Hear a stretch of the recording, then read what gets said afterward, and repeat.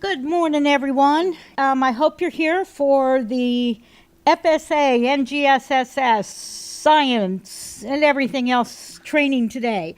Before we get started, I'd like to introduce my boss, who tries to keep Barrington and I in line, Dr. Frank Gilbert. Good morning, and welcome to another exciting episode of assessment in Orange County Public Schools. It's debatable who keeps whom in line in terms of, I don't think anyone actually succeeds. We seem to be what we do anyway. But you are very fortunate to have Cindy and Barrington, some of the best district leaders in the state when it comes to assessment. So count yourselves lucky in that regard. In the not so lucky category, the legislature this year decided to solve a problem. And the problem was that for years they had heard complaints that testing took up the entire spring. Why we just have to quit teaching in February. And so their solution was that we're going to give all the tests in May, which seems to me like a half good idea. And so that will be a big challenge this year to do that. And not the least of which will be, how do you keep kids motivated for that last test at the end of May? That's going to be a challenge, and I don't have a good answer. I'm dependent on you people in the field to figure that one out. There's no simple answer that I know of. I do know that I'm guessing it's going to be unpopular with our patrons, which kind of raises the stakes for us, you included in that us, because if something is unpopular and something doesn't go well, it's just going to amplify that. So what we have to do is be very careful to do everything as right as we can so that we can sidestep the criticism when it comes and let it go right on up to Tallahassee, where it belongs. So with that, I thank you for your efforts to do this. I think it's an important and valuable thing to hold up the mirror to our schools and let them see what's working and what's not working. And the only way we can do that is to do the assessments with fidelity and integrity. And that's what I appreciate that you all spend the effort and energy to do. So thank you very much, and good luck with this very exciting year. And we will see you in June. Thank you, Frank. Okay. Before we get started, just kind of hang on to your hats here. You guys, as middle school students, have got hitten? Is that a word? That's why I said no 8 o'clock trainings from now on. Have been hit with having to do every one of the assessments because you're doing paper-based and computer-based and science and NGSSS. You've got it all. So this training is not going to be short. You're not going to get out of here before 11 o'clock. We're going to try to get through it. How many of you all are brand new test coordinators? Wow. How many of you all have been doing this like at least 10 years? I see a couple of you. Come on, get your hand up there, Tammy. Okay, raise your hands again. Okay. Those of you that are brand new, look at that. You will survive this. I promise. I absolutely get. I've not lost a test coordinator yet in 29 years. So, and that's how long I've been doing this. So you will get through this. So just kind of hang tight. We're going to be telling you where to find stuff, how to maneuver the manuals. There's no way for us to regurgitate that much information to all two platforms and paper-based in one sitting. You are going to get hit with a lot of information, but most of it's going to be where you can find things, how to maneuver things, to find it, how to, manage your way through these systems. So kind of hang tight. You're not going to feel good at the end of this training. You're going to feel like, oh my God. But that's okay. Okay? We're here to help, and we're going to get through. Is this the way you feel? How many boards look like this? Yeah, I don't use sticky notes, but I have messages all over my whiteboards. They are full. make sure you have good ways to track stuff. That's one of the really important things about this. Okay, so who we are, the Wicked Witch of the Test. I just love this. I'll test you, my pretty, and your little dog too. We're going to test everybody, okay? You guys are going to test these kids multiple times. I'm here to help you out with that. I handle the East, Southeast, and STO learning communities, as well as charter schools, A through O, and alternative. We split us up because when Barrington first joined me, both of us were getting all the emails from everybody, and we would end up duplicating our efforts, and it was taking us twice as long to get through all the emails and voicemails. Dr. Gilbert actually got with communication, and they mapped out how many phone calls and emails, and in the prime of testing for that 6 to 8 weeks, we fielded almost 4,000 phone calls and probably double that in emails. So we're really trying to do it as fast as we can. I don't think we've ever gotten past getting back to someone in less than 24 hours, and we'd like to keep that up because we know everything is time sensitive. Those of you that have been doing this will get the little quip there, use packing tape or else. And we'll talk about packing things up. Barrington is the one that gets out in the warehouse when things go back, all your paper materials, and he gets so irritated when it gets taped up with Scotch tape or masking tape, because in Florida weather, that stuff just doesn't hold, and then the boxes fall apart. So he handles everything west, southwest, north, and the innovation learning communities, as well as charter schools, P through Z, all the other ones, and the CTE sites. We also handle the high schools. We split them up. Jeanette, who we could not do without, was the one checking you in today. She does all the ordering of materials and filling of the materials, the accounts and password resets. If you have trouble with those, contact Jeanette, because she can do that, and she can usually do it a little quicker than Bear and I can. Also, if you can't get a hold of one of us, either Bear or I, Jeanette will usually know where we are. Now, this time of year, we try never to be out of the office at the same time.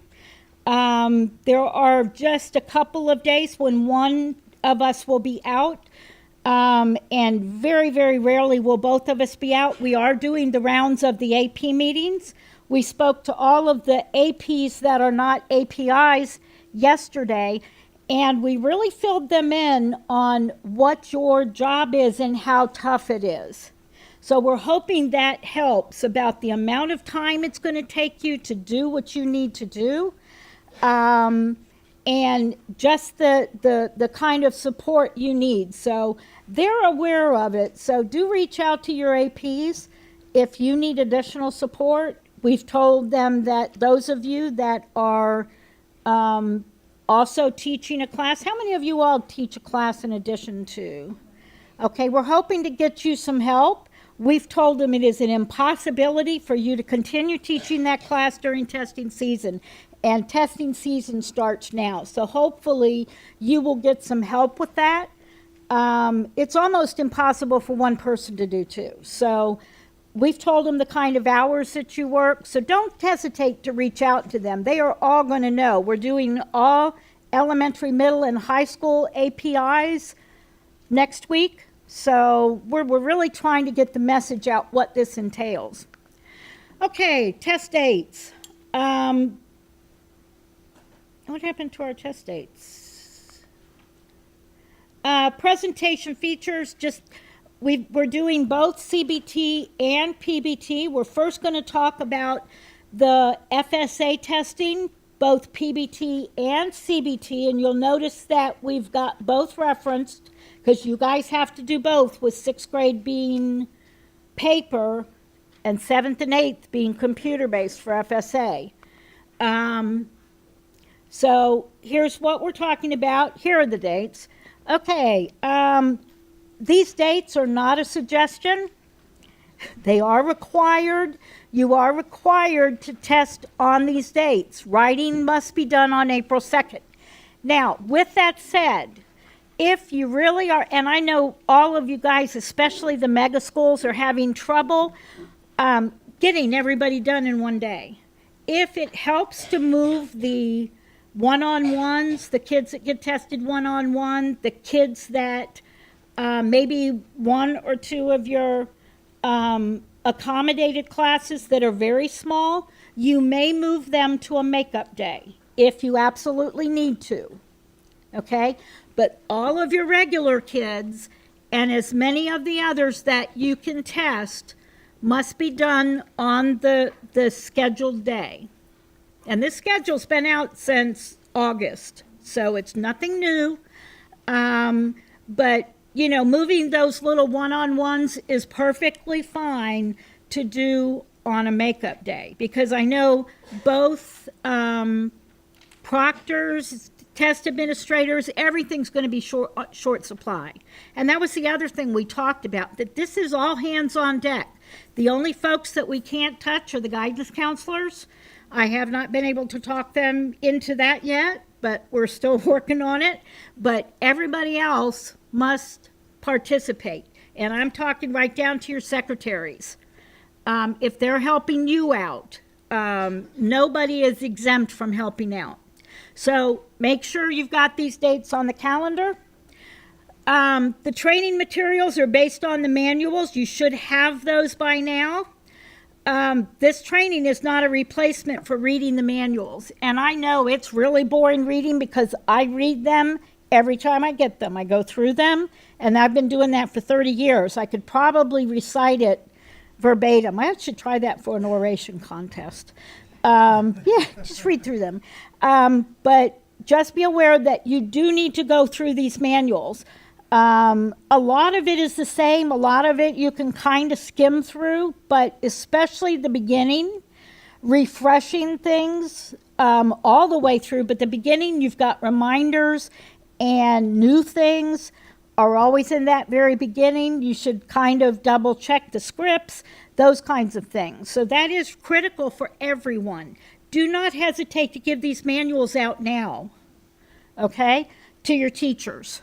Too often, I think people hold them and they're afraid to give the stuff out because it's going to go missing. Manuals are not secure materials. If you lose one, I give you another one. What we don't want to happen is for them to stay in the school at the end of testing. You must recycle them. So we don't want people just putting them in a desk and then using them next year. That would be very, very bad. But I don't care if one goes missing, if one accidentally gets thrown out. Teachers need to read through these too. They should know the rules, especially the accommodations. If they're giving accommodations, they should be reading through that script and be very familiar with it way before test day. It's not acceptable to give it to them the day of the test and expect them to just read it without having gone through it first. Too much rides on this. Again, and I kind of forgot to say it when I gave you our contact information, there are ramifications for doing this wrong. Those of you that are new, there is no such thing as a stupid question. That's our specialty. We deal with any kind of question. We deal with asking a question multiple times. Some of this stuff is really complicated. And I would rather you ask it 2 or 3 times and get it right than to do it wrong, because wrong has consequences for your school grade, for kids' promotions, for graduation, for moving up to the next grade, all kinds of things. So teachers VAM, there's a lot writing on this. And I know that's really scary. Don't head for the door. But that's why we're here. We are here to answer your questions. That is Bears and I's sole purpose in life this time of year, is to make sure you do everything right. So never, never, never hesitate to ask questions. Okay, session lengths by subject. Writing is a 120-minute session, period. Unless they have accommodations. We're not talking about anything with accommodations right now. But it's 120 minutes. The reading are administered in 2 sessions over 2 days. You cannot give these sessions together. Don't even pick up the phone and call us if you get a student at the end of the window and they've missed reading, writing, and math and say, oh my gosh, can I give them all the tests? No, you can't even give 2 tests in 1 day. This is a standardized test, and that means that every student takes it under the same conditions as every other student. You start doubling them up, and it's not fair to that student. The circumstances are not the same, and you can't tell me that a student can do just as good on 1 85-minute session as they can in 2 85-minute sessions. That is a long time to sit. So no, we will not do it. Even if the parent says it's fine, we will not do it.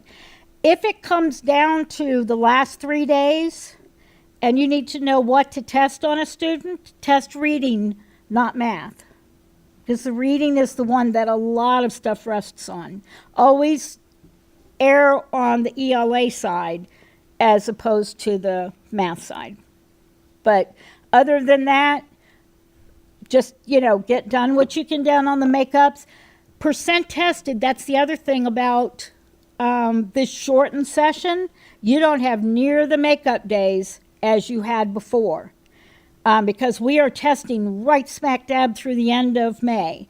And the window is very, very short, so percent tested is going to be a toughie. That's the other thing we shared with those APs, and to let them know it's not your fault. But it's going to be tough, and they're going to have to really work to get those kids in, okay? So just be aware that it's, it is what it is. I think that's what's going to send it back to the old schedule, other than a lot of other things, because I just think percent tested is going to be tough this year. Yes, ma'am. Okay, you need to scream. RTC says that he believes middle schools are picking devices up. Or what? I have not heard anything about turning devices in. We have not done that for 2 years, isn't it? We haven't turned devices in, or kids have not had to turn devices in. I will check up on that and see what's going on with that, but I have not heard anything about that. You're saying that you have heard that? Okay, we'll talk to them about that because you've got CFEs right through the end of the year. So we'll talk to ITS about that. Okay, so let's move on. Mathematics are 3 60-minute sessions. You must administer session 1 on day 1 and session 2 and 3 on day 2. Don't ask me if you can switch them around. Don't ask me if you can do session 1 and 2 on day 1. You cannot do that. The state was very firm on this. Part of the problem with this is the calculators, and we'll talk about them in a bit, but that is the way it has to go. And even on makeups, you cannot give session 2 and 3 before you give session 1. They must be done in order. Okay, again, it's grade 6 is going to be on paper. For grade 6, there are no audio passages. So you don't have to worry about, because they used to be on computer that, with the student went to paper, you had to go through the AVA, the Administrative Assessment Viewing Application. You don't have to do any of that. There is no need for headphones for grade 6. There's no audio passages on this. Okay, please use the practice test. These kids haven't taken a test on paper in quite a while, unless they happen to be Access for L's kids. So make sure that they have a chance to take the practice test. Now, you don't want to start it right now, but probably sometime in March. You want to start getting those done. All of the information for those is out on the FSA portal. You can download them, but you do need to run the kids through this. And there are some new item types by moving the computer-based back to paper. There's some more challenging item types in there, so make sure you get those done. There will also be some videos and some work for kids. I don't remember whether it's worksheets or I think it's a PowerPoint that teachers can go through to explain the new types of items that are on the test. Those are coming. We do not have those yet, but as soon as we do, we will send them out so you can give them to your teachers. We've had a lot of teachers asking about those, and so that information is coming. Okay, there's a new thing out. We'll give you more information about this as we roll to the end of the window, but the answer document tracking report, you will now be able to verify that your paper-based materials end up where they're supposed to end up. Okay, which has always been a bit of a, scary thing because those things get transferred multiple times. But you will now be able to do that out on the FSA portal. We will send more information about this out when we get to the end, but it's up to you. Go out. I mean, you technically wouldn't have to if you just want to throw the dice up in the air and hope that the magic test fairy catches it and gets your stuff in the right place. But barring that, you can track it and will be able to see that your to-be-scored materials arrive safe and sound where they should be.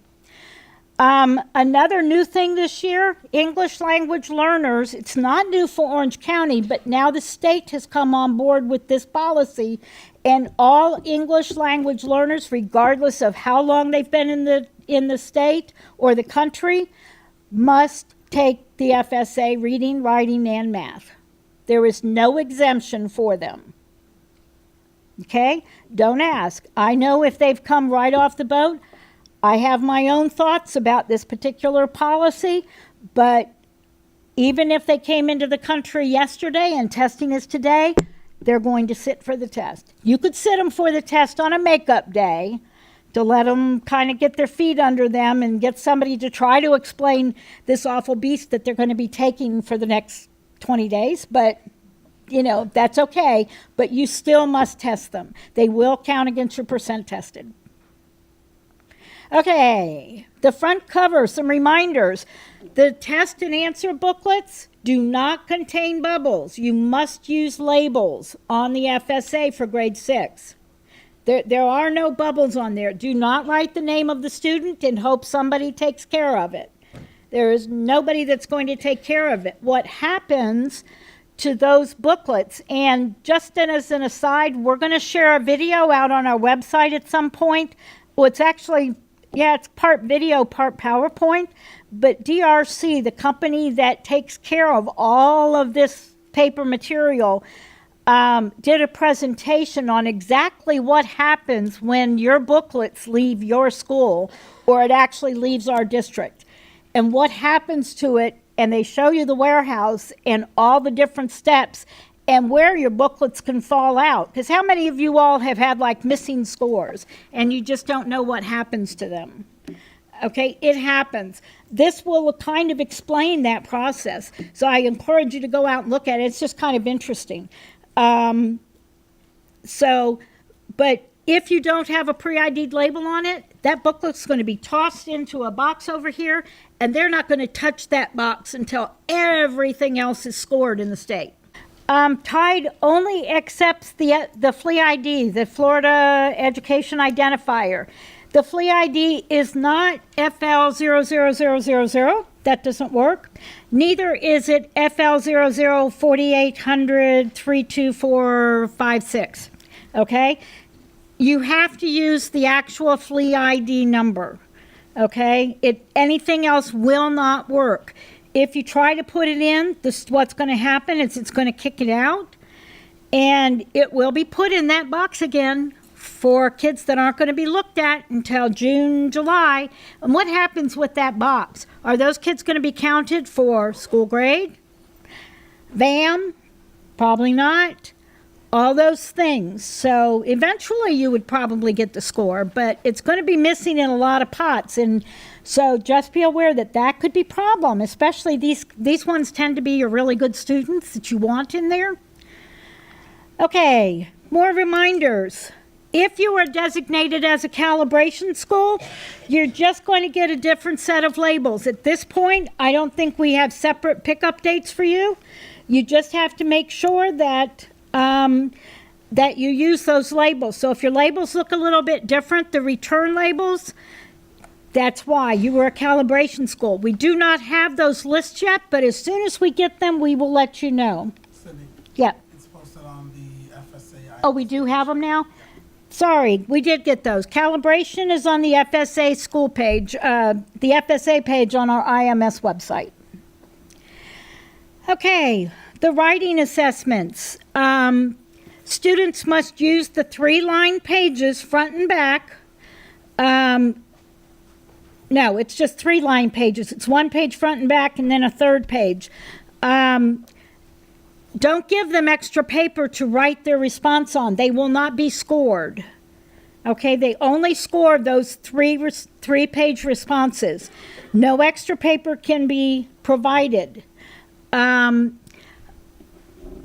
Make sure that you give kids an opportunity to understand how much space they have to write, especially those of your kids that are in creative writing and they can spit those words out like nobody's business.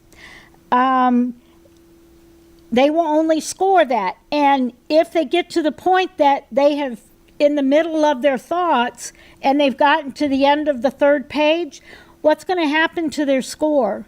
It's going to go down because they will not have completed they look at the total writing, and if they just end it and they don't have an ending or they don't complete their thoughts, it's going to get scored down because it's not a complete paper. Okay, testing accommodations. Those students taking the writing test in 6th grade that have the accommodation of typing their responses, there are directions for how to do that. It's in Appendix, that should be, say, Appendix A, not Append. It should be Appendix A. There are directions for how to return those responses. Please read it carefully and follow those directions. Again, those are not suggestions. You need to follow it or it's not going to be scored. You just can't throw those typed pages in the booklet and expect it to go through. I think what it calls for is taping them in, but follow the directions that are in the manual. Okay, you need to report whether students have test accommodations on their IEP plans in 504. We have done part of that, but our system does not allow us to put which accommodations students have. That does need to be reported in TIDE, so that's one of the things you need to go in and update the students with. You also must maintain records of which accommodations the kids were provided and which did they actually use. So that we'll talk about that a little bit further on your documentation that you must keep for security purposes that you will send back to us at the end of the window. Yes, ma'am. When do we start entering those accommodations? Don't do it until after March 1st. We're going to do one more update of the file on March 1st.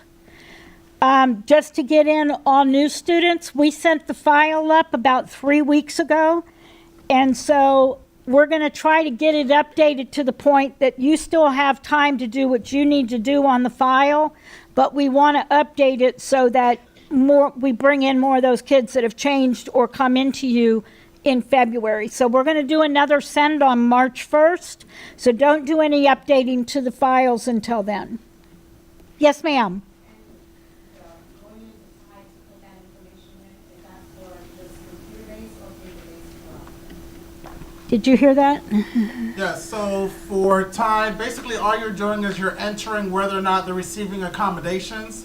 So it's just, do they have an IEP or 504 plan, yes or no? The actual accommodations that they're provided for testing will go on the administration checklist. Okay. Part of your responsibilities are to communicate information to the parents. We've given you what you should be communicating to them. The electronic devices policy, the testing rules acknowledgement, the calculator policy, leaving campus, those things that can really affect a student's test. We had a lot. When we first did that testing rules of acknowledgement, oh my gosh, the parents that got upset about that. You can show them, give them a copy of the acknowledgement. It's in the manual. There's nothing secret about it. Talk to them about discussing the test content after testing. A lot of teachers stood up and said, you're not allowed to talk to your parents about testing. Well, what's the first thing parents do when the kid gets home? How'd testing go? I'm not allowed to say anything about it. Oh my goodness, that was just a firestorm. Yes, kids are able to say, yes, it went great. I think I did really well. What they don't want them to do is say, yeah, we had this really cool article on Amelia Earhart, and then it asked me how to calculate the amount of fuel she used, given some formulas. They don't want them telling them that, which most kids don't, but we still don't want them discussing the individual items. But as far as how it went, how long it took, was everything in the room okay? Yeah, that's perfectly fine. Okay, so just reiterate to parents, we're not trying to keep anything secret except the test items themselves, because we do reuse those. And the reason we reuse them is because creating new test items that are good quality test items is a very expensive process. And we don't want to be spending any more money on this test than we already do. And that's the state, not us. Okay. The electronic devices policy, this just shows, the policies that you should be discussing with them. And again, this just reiterates. I've even had parents, we had a volunteer one time, and she was actually out on Facebook texting about the items in the room that she was proctoring. Well, she's never going to step foot in a school again during testing, and yeah, it was a big problem. So just be aware that, they are under the same rules if they are in the school as we are. Working independently, we still get a few problems. How many of you all have had an NR8? Okay. My guess is that you probably have, but you didn't handle it at the time. Basically, the state now has, and we've been doing this for years. It's nothing new. The high schools get hit the hardest with it because the stakes are so high for those kids, but we're starting to see it in middle school now, even some elementary. If two kids are sitting directly next to each other and they end up doing what they're not supposed to be doing, generally it will be picked up by the statistics, because what they do is they look for the kids that are in the same room that have nearly identical or identical answers, both right and wrong. Okay? And I would say probably 98% of the time when we pull the seating charts, those kids are sitting right next to each other. Okay? Basically, the state just invalidates them. And we don't call it that we caught them cheating. We say the information we received from the test indicates that the students may not have taken the test independently of each other. So we cannot validate that this was a good, valid administration, so they invalidate it. I know that's a lot of, talking around the issue, but the bottom line is that we're about 98% sure that they cheated. Okay, you can appeal those. When you get one, you'll see the information, but just be aware that these things happen and we will find them and we will invalidate. If I find kids cheating, we do invalidate for the calculator policy. Tell parents that. A lot of times when kids hang on to their calculators, my parent told me never to give it to anybody. It's like, okay, but, so it's important to discuss this with the parents. Okay, general information about accommodations. Make sure your staffing specialist and your CCT have the information about accommodations and what's allowed and not allowed on the test, they should be working with the teachers right now about how to give the accommodations on the test. One of the biggest reasons for invalidation that we have is that either accommodations were not given, or were given incorrectly, or they got accommodations they weren't supposed to have. It's the misuse of accommodations that has one of the biggest reasons for our invalidations. Sometimes it's a whole class. Those teachers should know at least a week of time ahead of time, if not more, what accommodations each kid in that classroom gets, how to give it, and exactly how it's done. Don't wait until the day of testing. If we invalidate a whole class, it's generally because the teacher says, well, I didn't know they got those accommodations. That's unacceptable. That is just unacceptable. So make sure that you're getting those arrangements made way in advance. Now is not too early to sit down and talk to your staffing specialist and your CCT.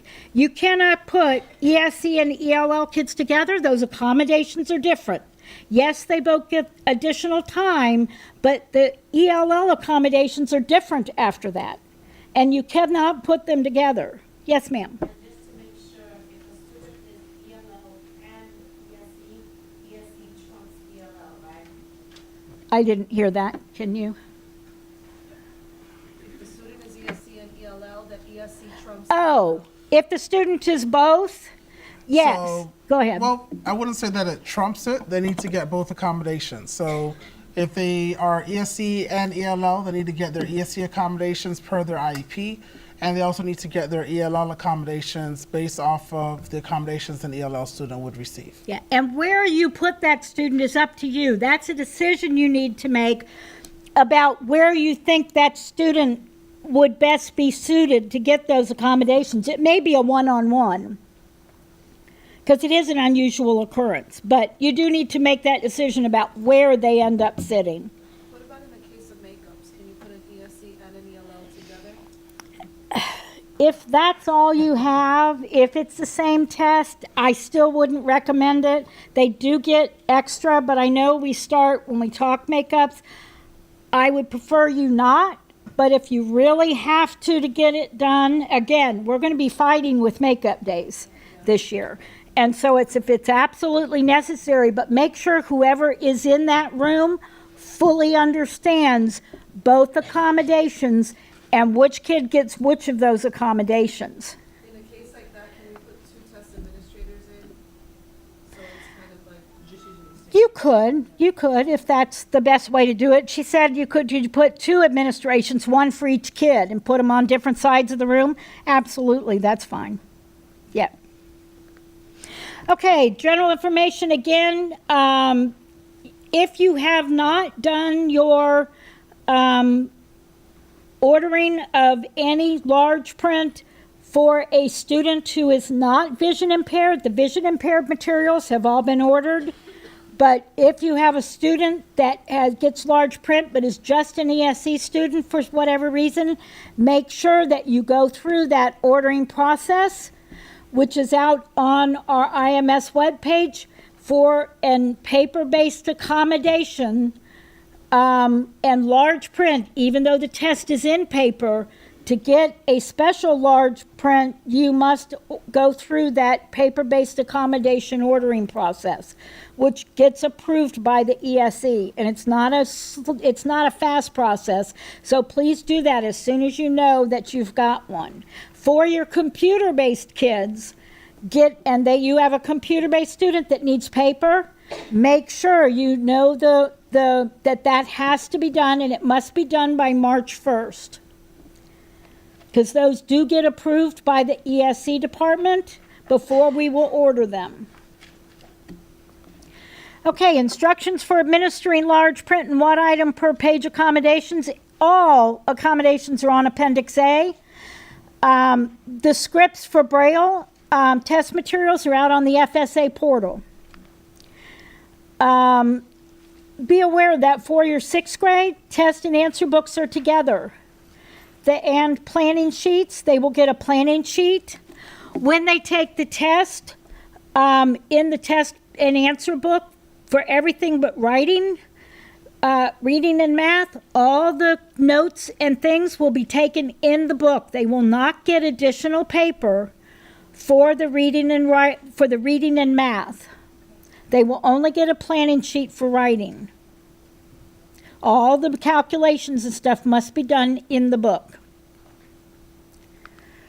Okay, calculators are not permitted for grade 6 math or for the lower grade levels. If we've got some K-8s in here, no calculators are permitted, even if it's on an IEP. It's one of those, they could put it on there as a accommodation, but we still will not give it on the test for grades 3 through 6. The writing planning sheets, you will get those. That's where they plan. Please remind your teachers to be walking around. If you see a student 60 minutes into the test and they haven't touched their booklet yet, that they're doing all the writing in the writing sheet, that they must write in the test booklet, in the folder. It's like 3-page folder. They must do the writing in the folder. We will not allow you, if the student has done all the writing on the planning sheet and you get to the end of the 120 minutes, we're not going to be transferring those into the test booklet. They must put it in the test booklet. The other thing to remind students are that now, how many of you all have gotten an alert about a student, one of the writing alerts? Nobody? You probably just don't know it. What happens is when they read all of the writing for this test, if anything indicates that either the student might be in danger or the student is thinking about hurting themselves or hurting others, I get an alert and they actually send me the writing and then I send it to the principal, okay, with that information. And then they do the check and see whether they need to send the kid to, call in child services or anything like that. And in 1 or 2 cases, it did turn out that it was something. So, but be aware, and your kids should know, it's also in the script, that they also look at the planning part of the online writing, the planning sheet for the online writing. Several of my alerts this past year came from the online note page. So just students need to be aware of that those are going to be looked at. On the planning sheet, on the paper, the testing rules acknowledgement is on the back. All those planning sheets that are used are considered secure, and you must keep them until you get your materials at the end of testing, probably like at the start of the new year. And put a strike through the district assessment coordinator only box. They call that the DACO box. We do not return those to the district. You keep them on file. Okay, test group codes. Those are very important. You must do those. For each group of kids that test together, you assign the test group code. Okay, if you call me up and ask me for the test group code, I'm going to say you make it up. And it's whatever numbers you want to use. If you want to use for your 8th graders, 8001, 8002, you can use the room number, whatever you want to use that helps you know, so that you know which group of kids we're testing together as a unique group. That's all it does. It just identifies that. Okay, basic student information captured on the demographic page. Make sure that you double check those and that everything looks okay. No, do you have to go in and look up every one of your kids on SMS and make sure it matches the flea ID? No. Whatever is on SMS is what's going to show up. If it's wrong on SMS, it's going to be wrong on the page, but that's liable to be an individual student. So just kind of take a gander at it and make sure they look okay before if anything doesn't look right, just give me a call and we'll take a look at it with you. Again, yours will all come by, they're all alphabetical, so you can put them in by classes if you want to ahead of time. Schools can verify and apply labels no sooner than 1 week prior to testing. This is very important. Before applying the labels, have somebody go through the labels and pull off your withdrawn students or students that are not going to be testing if they're FSA A, or for whatever reason, if you know they are not going to sit for the test, don't put a label on the booklet. That just confuses things. Just get rid of those labels. If you do happen to put one of those labels on a booklet, that's okay. You can put another label on top of it. But just know that, okay, now you're going to end up with a booklet in there and then say, oh, wait a minute, that student is withdrawn. And now you got to put it aside again. It's just easier if you don't ever put that label on in the first place. We will be talking about in the TIDE training, which is coming up next week. Especially for those of you that have never been on TIDE, it is critical that you come to that training. We're going to talk about making up the pre-ID'd labels and everything you need to do with TIDE for your 7th and 8th graders. So just be aware that that is critical, that you come to the TIDE training and to the NGSSS Pearson training. Affixing the pre-ID'd labels. I can't tell you how many times it still astonishes me, but every year somebody puts them in the wrong place, even though there's a great big box that says apply pre-ID'd label here. And it's not that people are stupid, but everybody has so much stuff in there right now. And so one of the things I suggest before you start doing some of these really important steps, like labels, because if you do it wrong, and I can tell you what you're going to do is, what they do is they take the label off, and there is a nice little box around the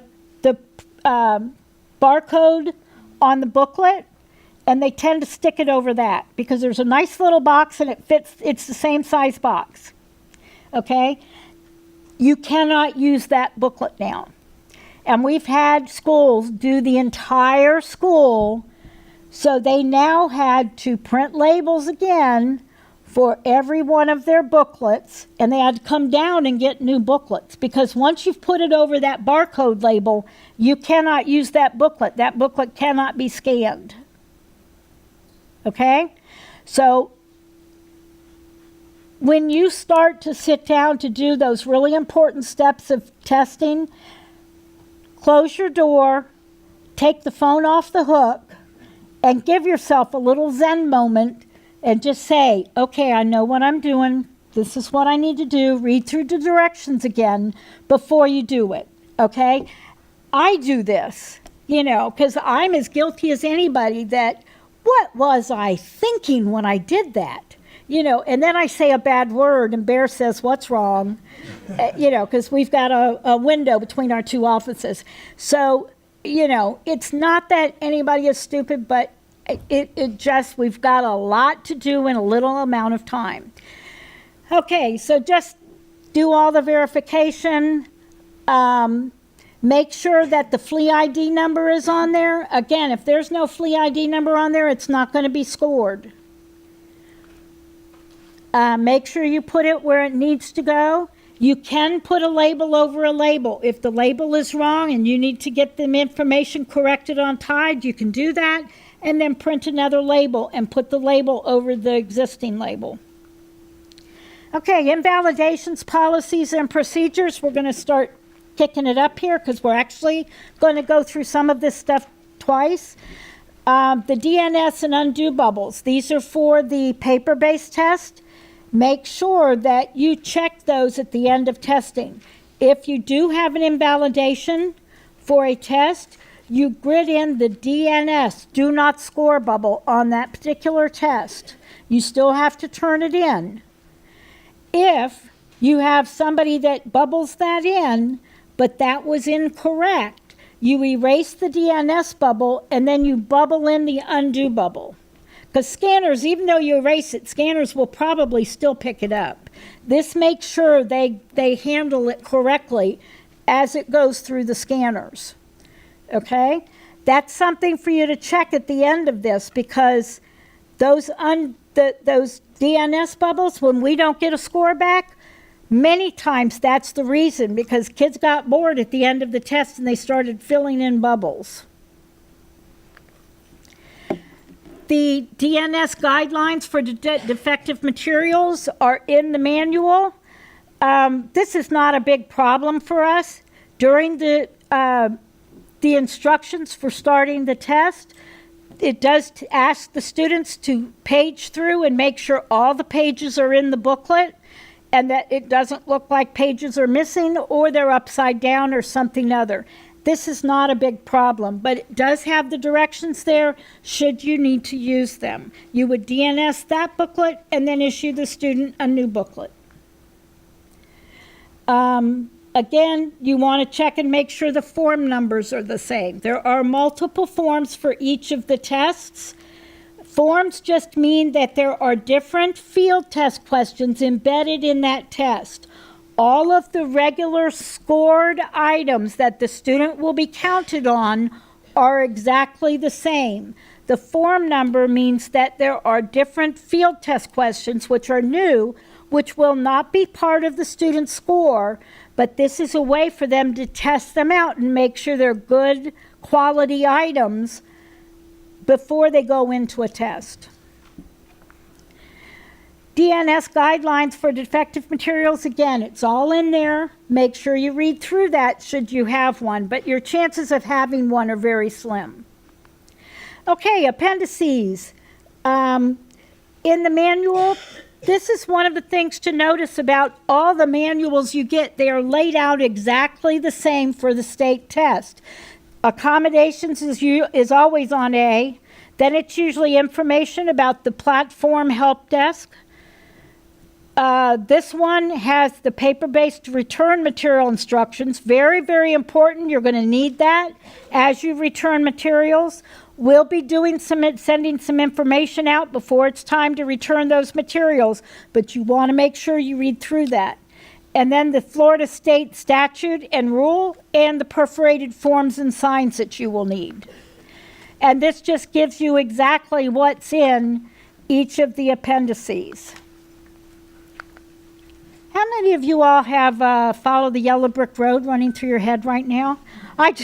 We usually try to have a theme or something, and I don't know what this hit me, but yeah, so all of these came from, well, you know what it came from. So the paper-based materials instructions, also the information about boxing up materials. Again, we'll be talking about this quite a bit before you end up having to do that. The state security rule and statute, and the perforated forms and signs. Okay, so with that, I am going to turn it over to Barrington.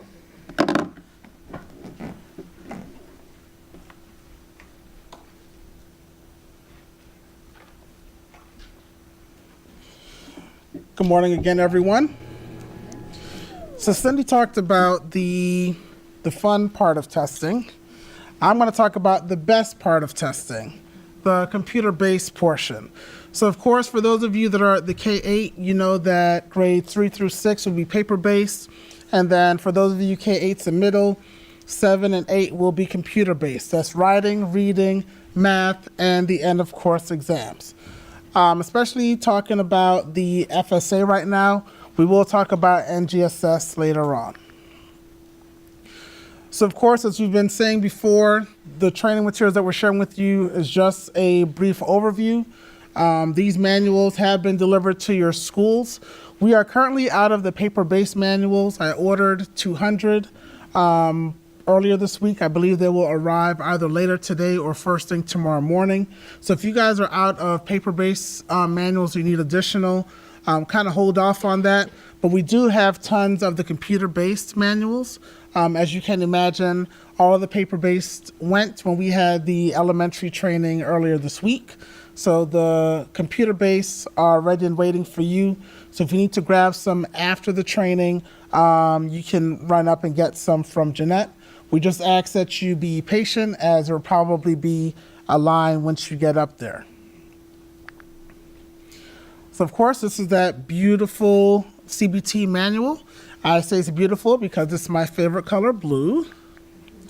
Here are the dates for the computer-based test. We showed you the dates previously for the paper-based testing. These are the dates specific to computer-based testing. Of course, by now, everyone in here should know where to find them on the IMS page. If you don't know where to find them on the IMS page, please come see me before you leave so that you are aware of the dates for testing. Very important. Back in December, there was a memo that was sent out about the FSA GPO account credentials changing. These are the new credentials. It's now AEL-FSA. And then, of course, the password has not changed.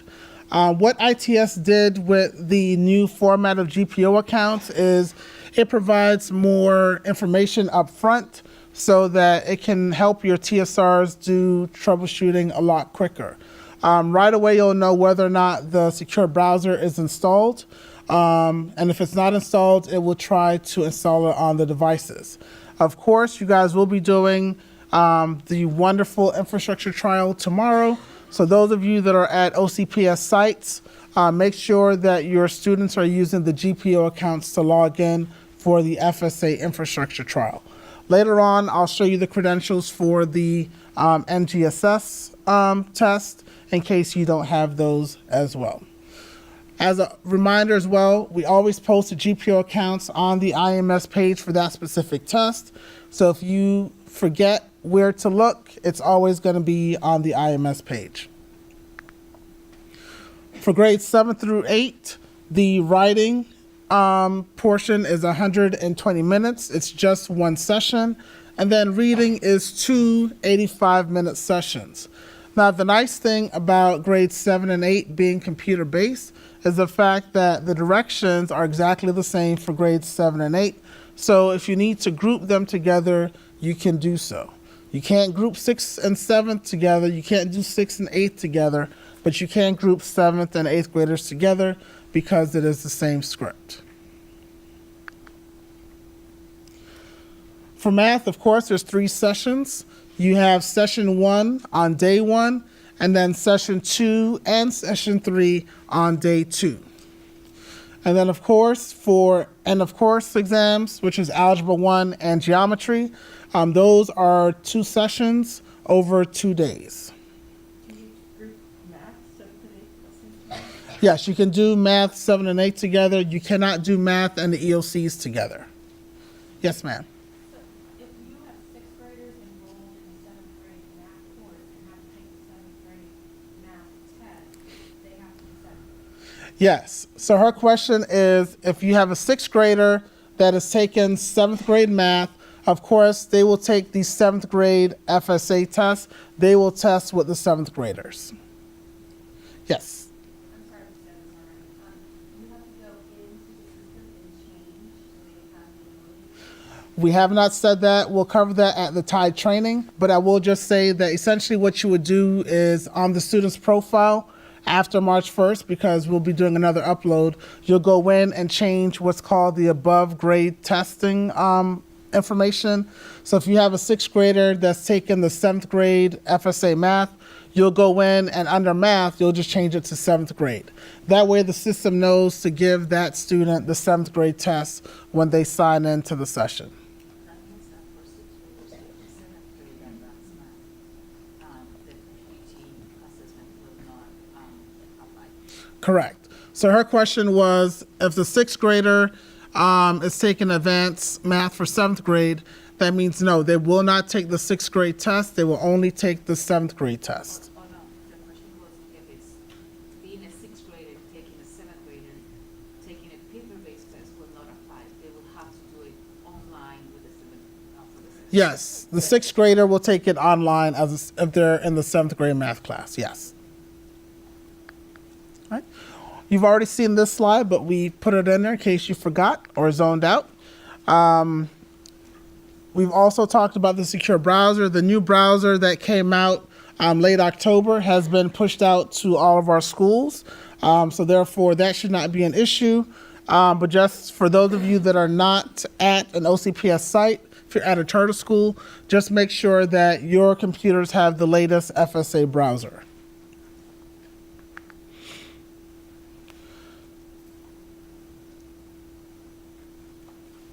Important.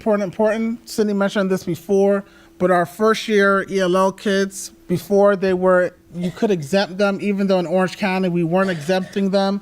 Now statewide, those students will all be testing, so there's no exemption anymore for first year ELL students. If there's tech issues, you definitely want to make sure that your test administrators notify you and that you also notify us. One thing that we will say is make sure that you're also communicating these issues to this TSR.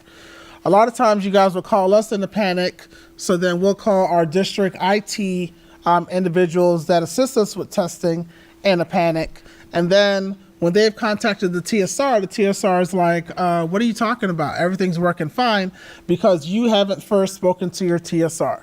If there's an issue, your TSR is the first person that you contact for assistance. Generally speaking, if they can't fix it or if it's a bigger issue than what they can resolve, then notify us and we'll try to get the right people on tap to get that fixed as soon as possible. Yes, ma'am. I have a question. Do the TSRs have their own maybe training or call or something that expresses the importance of their role in testing, or is that something that we need to do?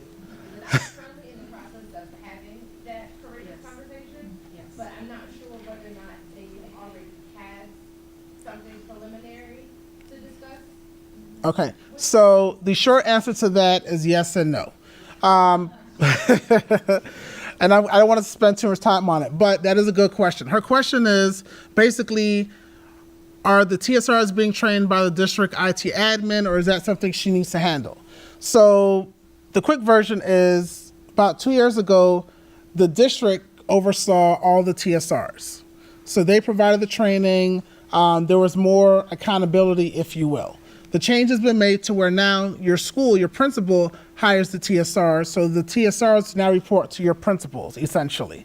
Omar Aponte, who is our testing liaison, he still communicates to all of the TSRs and provides them the information they need for testing. However, he can't say, hey, you need to be at this school doing XYZ, because now they report to the principal. So essentially, yes, you'll need to have that coming to Jesus meeting, if you will, with your TSRs about being in place for testing. Our IT admin, Omar, he does communicate that importance to them as well, but ultimately they report to your principal. So if you don't want to have that conversation yourself, then I would definitely encourage you to speak to your principal about having that conversation with your TSRs. For example, I know that one school, I won't call any names, pointing the elbows, the TSR is going to be out tomorrow. Part of that has to do with the fact that, yes, we had to change the infrastructure trial date a few times. So that may have been something that was unavoidable. But again, Omar can't say, hey, you can't take this vacation, because the principal is the one that has the ability to approve vacations for TSRs. But that was a good question. Of course, we still have the ability to reopen tests. Remember that, and we'll talk about this in the TIE training, if there's an instance where a test needs to be reopened, make sure that you contact Cindy or myself. Many times, test coordinators will submit the request, and I promise you, even though I may be logged into Tide, I'm also logged into Pearson, I'm logged into email, the phone is ringing. We're not sitting there looking to see, hey, when did your request come in? So make sure you call us and say, hey, I just submitted a request. That way we can stop what we're doing and take care of it, rather than having the kid sitting there waiting on us to approve it. There may be times when you may submit a request and we may say, no, we're not reopening it, depending on the circumstances. But call us, we'll discuss what the issue is, and we will then reopen the test. But as I said before, we'll talk about it more so in the TIE training. Accommodations guide, of course, you guys are familiar with that. It's been posted. And then, of course, you know that you need to document that the kids are getting accommodations and TIE. We'll talk about that. There are CBT accommodations that are specific to computer-based testing. Text-to-speech is a big one for your kids that are getting oral presentation accommodations. There's also masking, and then there's, which is not listed here, but there's also, it is, closed captioning for your students who are deaf or hard of hearing, as well as the American Sign Language videos for those kids that need it. Last but not least, there's also the passage booklets available for reading and writing for kids that will actually submit their answers on the computer, but their IEP calls for a printed copy of the passages. Appendix A for all of the manuals is where you'll find the accommodations information. And then, of course, we've talked about the paper-based accommodations for students in grades 7 and 8 that are taking computer-based testing.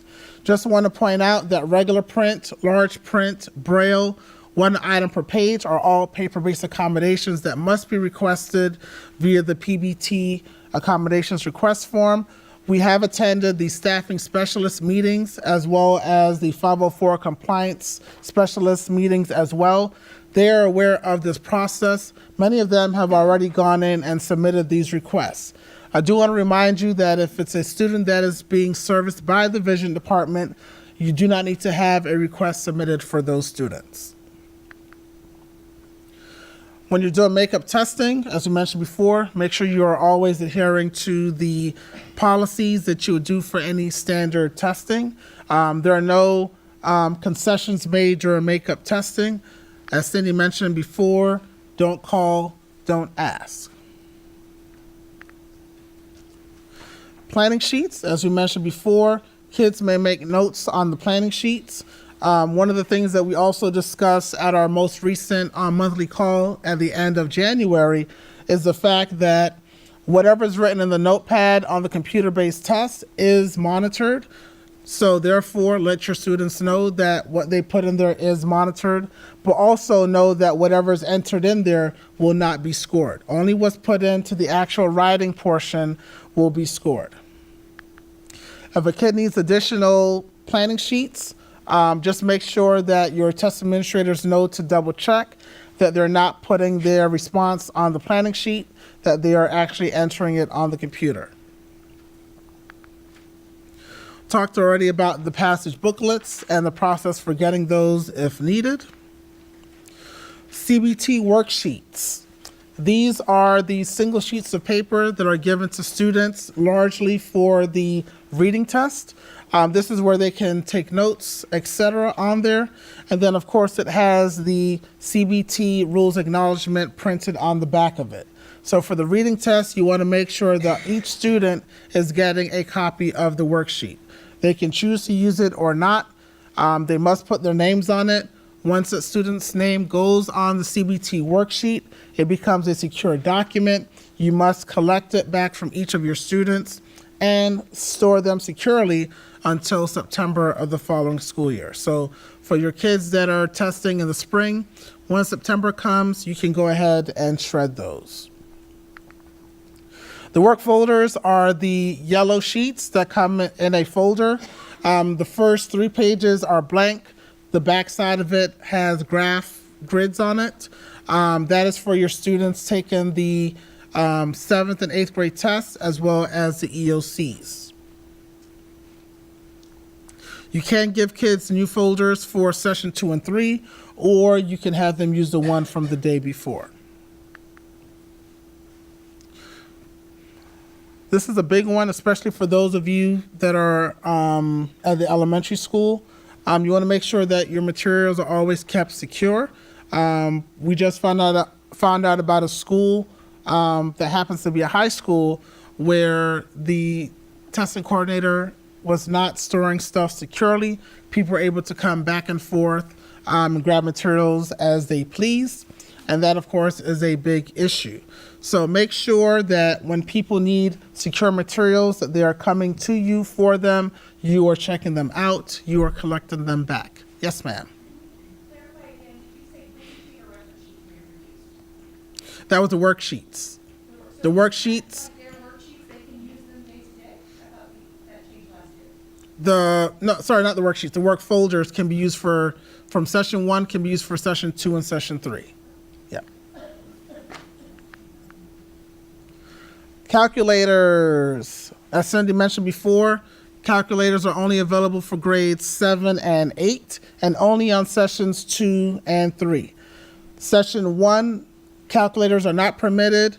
There will not be a calculator provided on the TDS platform.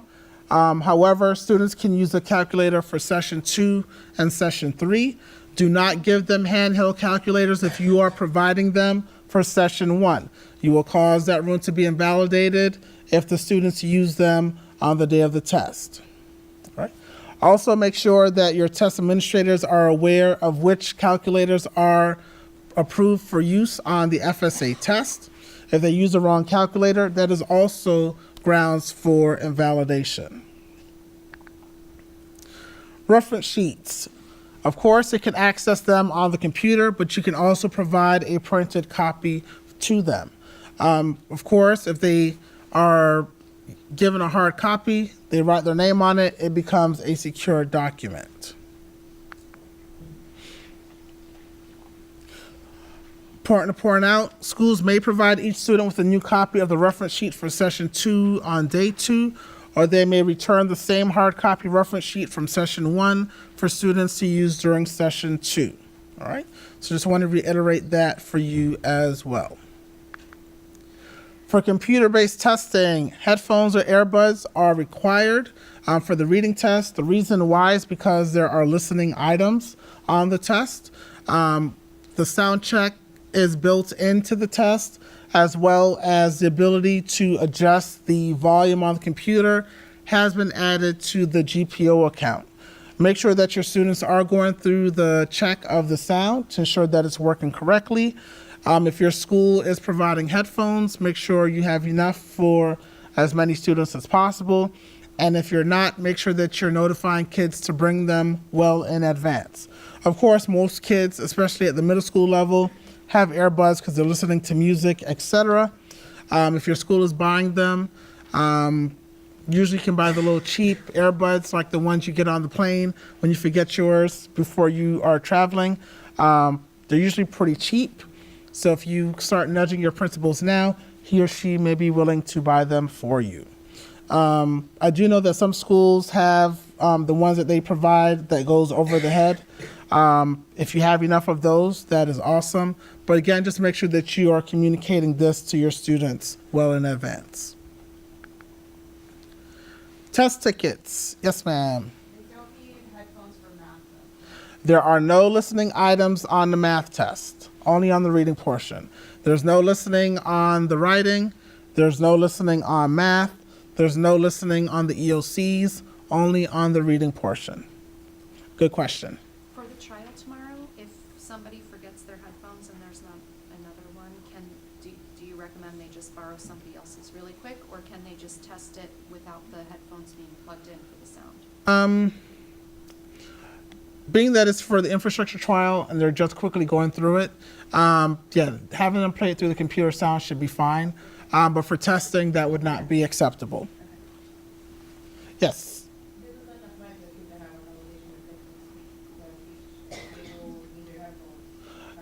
Yes, correct. Yes, that is a good question. Kids that get the text-to-speech accommodation, whether it's for reading, writing, math, EOCs, they of course will need that. But as far as the actual listening items, only on the reading test. Yes.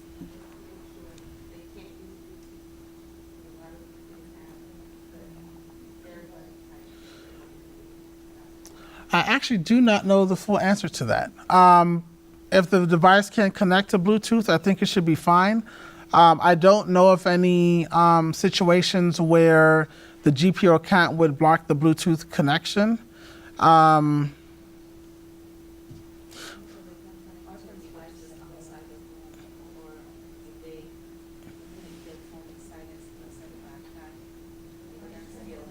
Yeah.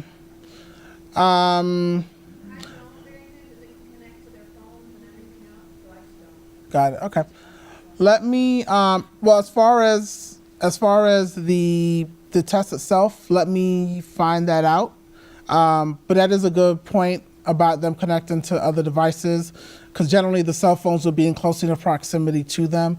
Of course, if it's not in the room, it wouldn't connect. But if it is in the room, then yes, that could be an issue.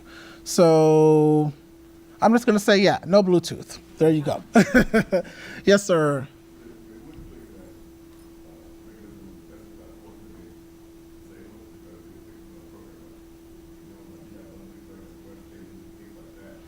Well,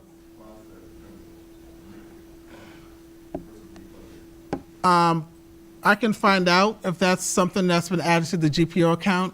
One of the nice things about the GPO account is it controls what's running in the background. So once they log in, they wouldn't be able to access anything else.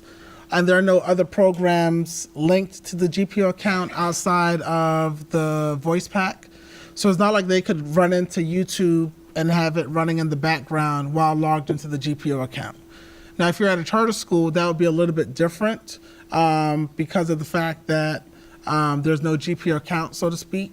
But as far as the GPO account is concerned, that would be blocked. Shanta? Yes. When we talk about electronic devices, smartwatches, cell phones, all that good stuff, even some kids have glasses with cameras on them. Yeah, you'd be surprised. But yeah, we will talk about that. But thanks for bringing that up. Test tickets. Each kid that's taking a computer-based test must have a test ticket. They need to verify that the information on the ticket is correct. And of course, if you find that there's something not correct on the test ticket, update it in Tide. In most cases, you'll need to print a new ticket if you find that there's something wrong with the ticket. Tickets are to be treated like test booklets. Kids don't walk out of testing rooms with test booklets. They do not walk out of a room with a test ticket. All right? Test booklet equals test ticket. They are secure materials.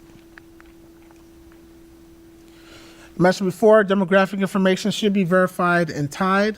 Generally speaking, what's in Tide has come from SMS.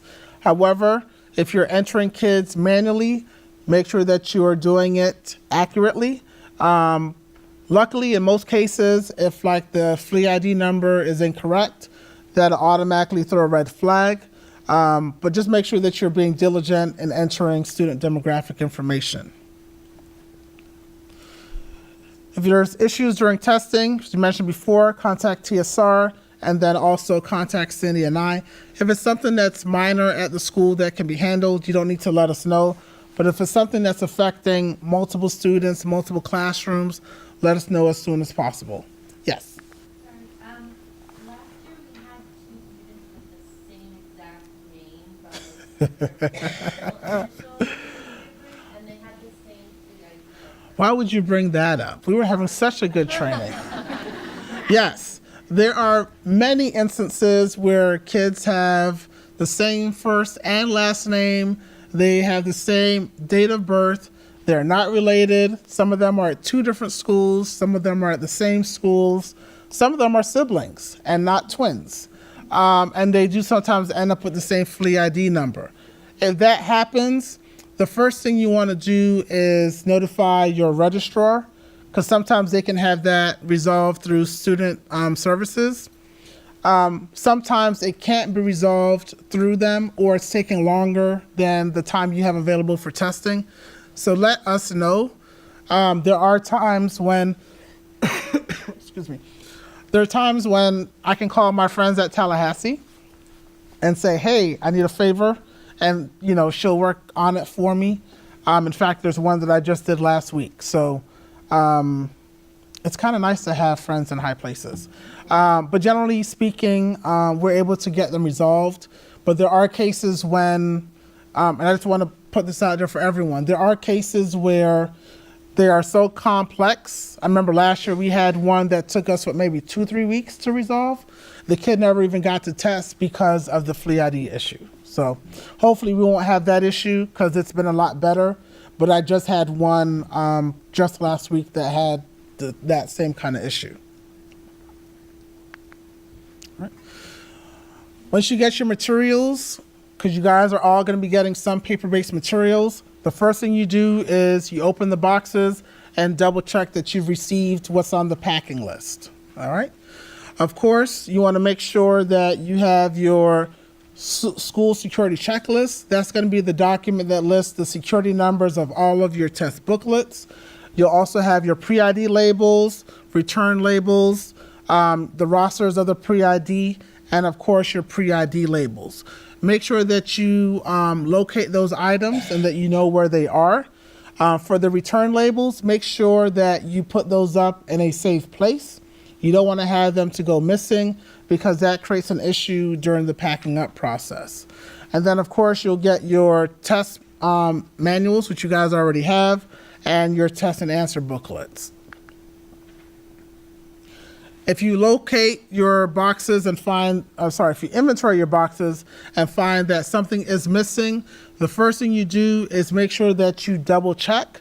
There are times when there are like single onesies or twosie booklets that you would think logically should be in a box with the other test booklets, but they end up in the box with the labels under several sheets of paper and they're in the very bottom. So check all of your boxes, because that's the first thing I'm going to ask you is, have you emptied all of your boxes?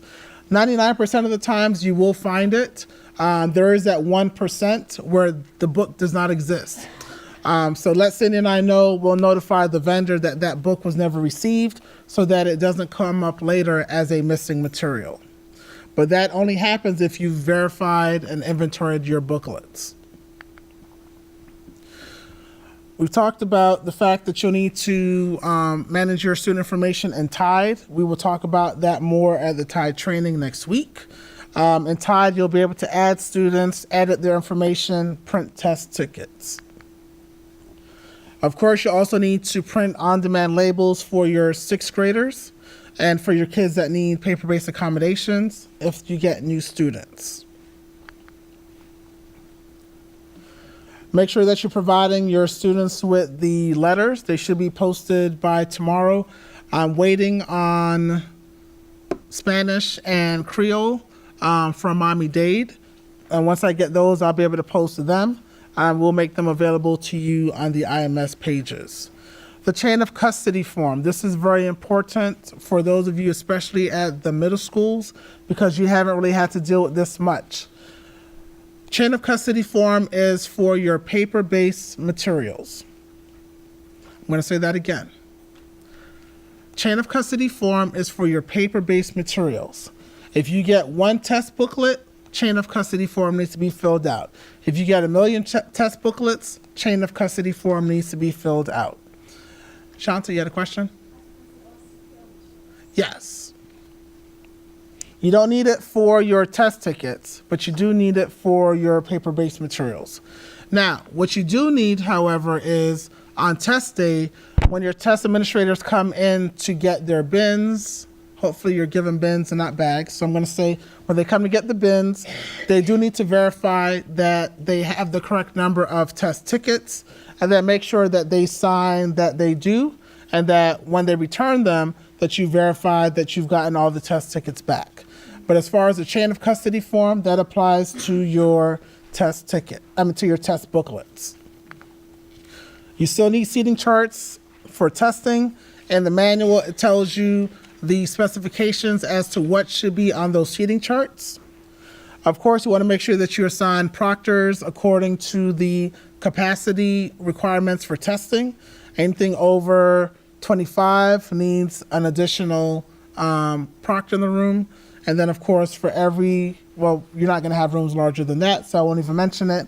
Generally speaking, if possible, especially at the elementary school level, try to have a test administrator and proctor in the room. We do know that you guys are stretched thin.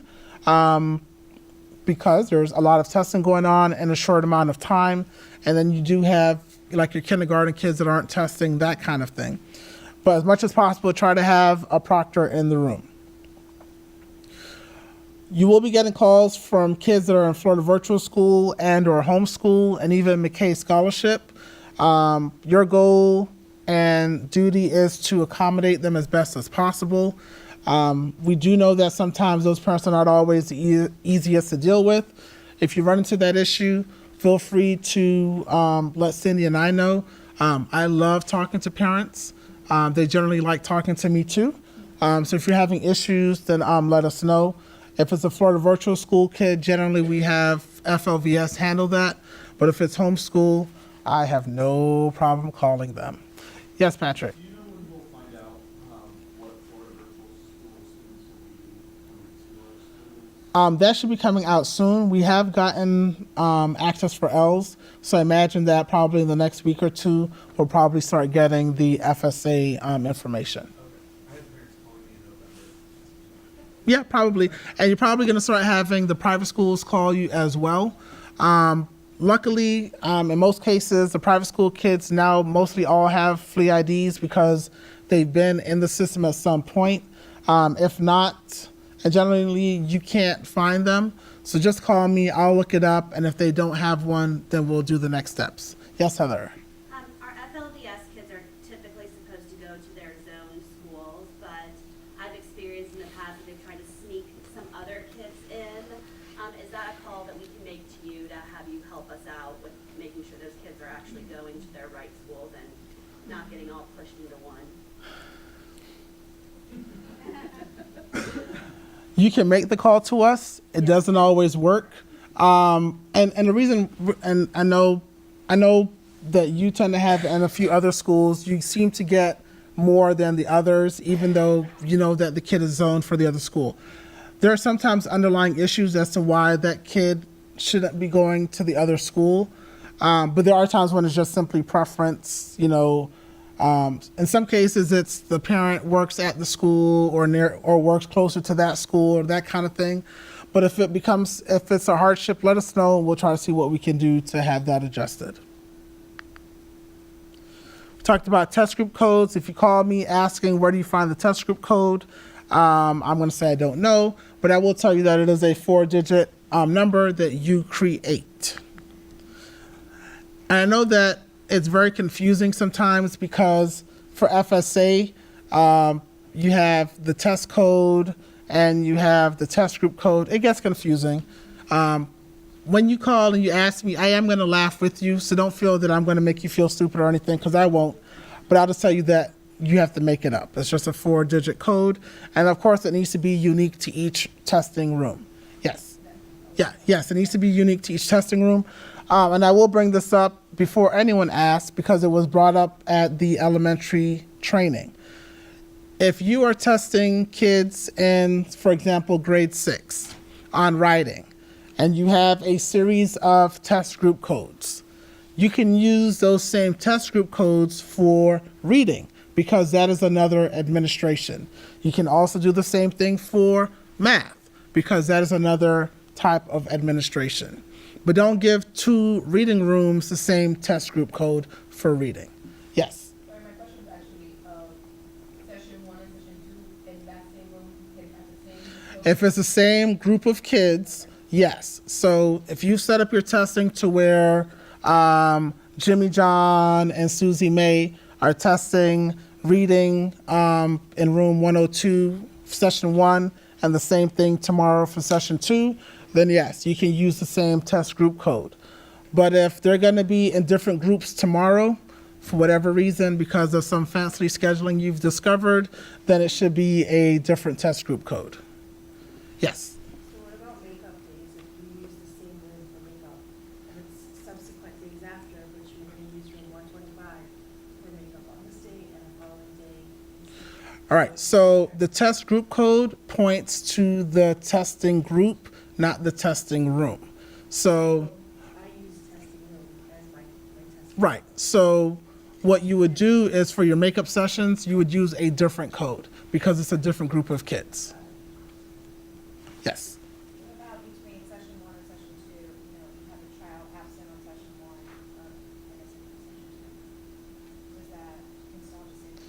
Yeah, so if the kid is absent for session 1 and they show up on the day of session 2, whatever test group code is being used for session 2, they will put that in as their test group code. And then, of course, for their makeup session, they'll have another test group code. Make sure you're giving kids their accommodations. Can't say that enough. Some of these we're going to skip through. Oral presentation is another one we get a lot of questions about. The way that is provided in the classroom is the way it's provided on testing. All right? It's a question that you guys are going to call and ask us. That is going to be my response. That is going to be Cindy's response. Kids are not asking permission to use their accommodation. They're requesting it the same way it is done in the classroom. So if they raise their hand to have something read in class, then that's how it's done on testing. If it's automatically read to them in class, that is how it's done for testing. Yes? My teachers read to a whole classroom, that's not okay on That should not be done for FSA, largely because of pacing. Some kids work faster than others. Generally speaking, for paper-based oral presentation, generally 1 to 2 kids at a time, max, maybe 3, but even that can be a bit much. And that's kind of why computer-based text-to-speech is very helpful. But we do know that that does appear on a lot of the elementary school levels or paper-based kids for that accommodation. So they can be a little bit hard to manage. We talked about the accommodations that are available. Make sure that you are best friends with your TSRs, especially after the question that was asked earlier. We know that sometimes, the last thing they want to do is help with testing. I do want to point out here that if a TSR goes into that testing room, he or she needs to sign that security log. It doesn't mean that they were responsible for the test. It doesn't mean that they were administering the test. It simply means that they walked into the room and they were in the room for a period of time. It applies to anybody else. If I come to your school in the middle of testing, you better say, Barrington signed that security log. All right? Same thing goes to Cindy. If Dr. Jenkins walks in, she needs to sign that security log if testing is going on. It's just to document who's been in that testing room while testing was going on. All right? Make sure your devices and rooms are sufficient for testing. Make sure that if you're using dividers that you are aware of the types of dividers, how they fit on the tests, that kind of thing. Make sure kids are spaced out far away enough. For those of you, especially at the K-8s and middle schools, your campuses tend to be larger. Your classrooms tend to be, in terms of the way they're set up, tend to be more varied. Make sure at some point, I'm pretty sure most of you have master keys to classrooms. Go in, take a look so that when you're scheduling testing, you have an idea of what those classrooms look like. Some people like those little cutesy trapezoid tables. Yes, it's fine and dandy for instruction, but it's not so nice for testing. So generally just make sure you're aware of that so that not on the morning of testing you're trying to scramble to find desks for making sure that all the kids can be accommodated in that room. While testing is going on, of course, you want to make sure, before testing goes on, you want to make sure that you are training your test administrators and proctors. Simply sending them an email of a PowerPoint is not training. We don't do that to you. You can't do that to them. They must have an explicit training. That way they are well aware of what's expected of them and to ensure that they are not breaking on any of the test security rules and policies. Yes, we will be posting a test administrator training for elementary, middle, which is middle and K-8, as well as the high schools. Also, your test administrators and proctors need to go through the test security training course on Canvas. Many of them probably have already done it at the beginning of the year for iReady. If they've already done it, they don't need to do it a second time. However, if they haven't done it yet, make sure that they go through it. You are responsible for getting a copy of their certificates. So once they've completed it, make sure that you collect that from them. If you don't have a certificate from them, they do not test. If you don't have a signed security agreement or prohibited activities agreement, they do not test. No excuses. Yes, ma'am. I received an email from the faculty that said that all of my TAs are supposed to complete, if they do FSA, they're supposed to complete this either face-to-face training on the state level. Not sure the training you're talking about, but no, the training that they would complete is the one that that you provide to them. There is the TA certification, the test administrator certification that's on TIDE. It is strongly suggested, but we don't require it. Make sure that your test administrators have the manuals as Cindy mentioned before and that they're familiar with it.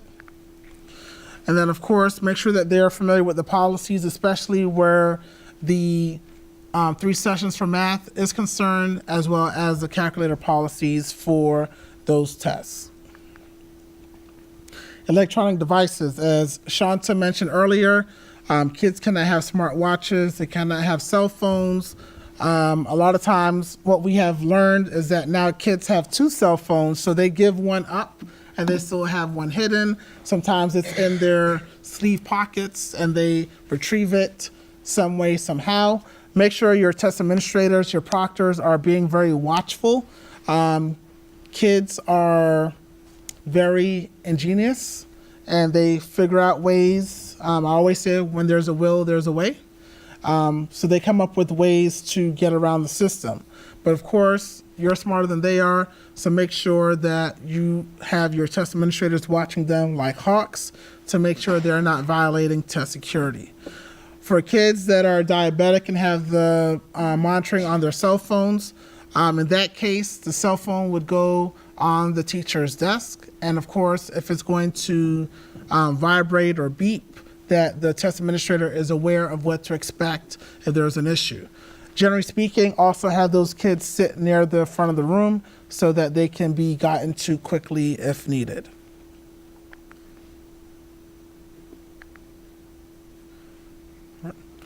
Now, make sure that your test administrators know how to start sessions, close sessions, that kind of thing.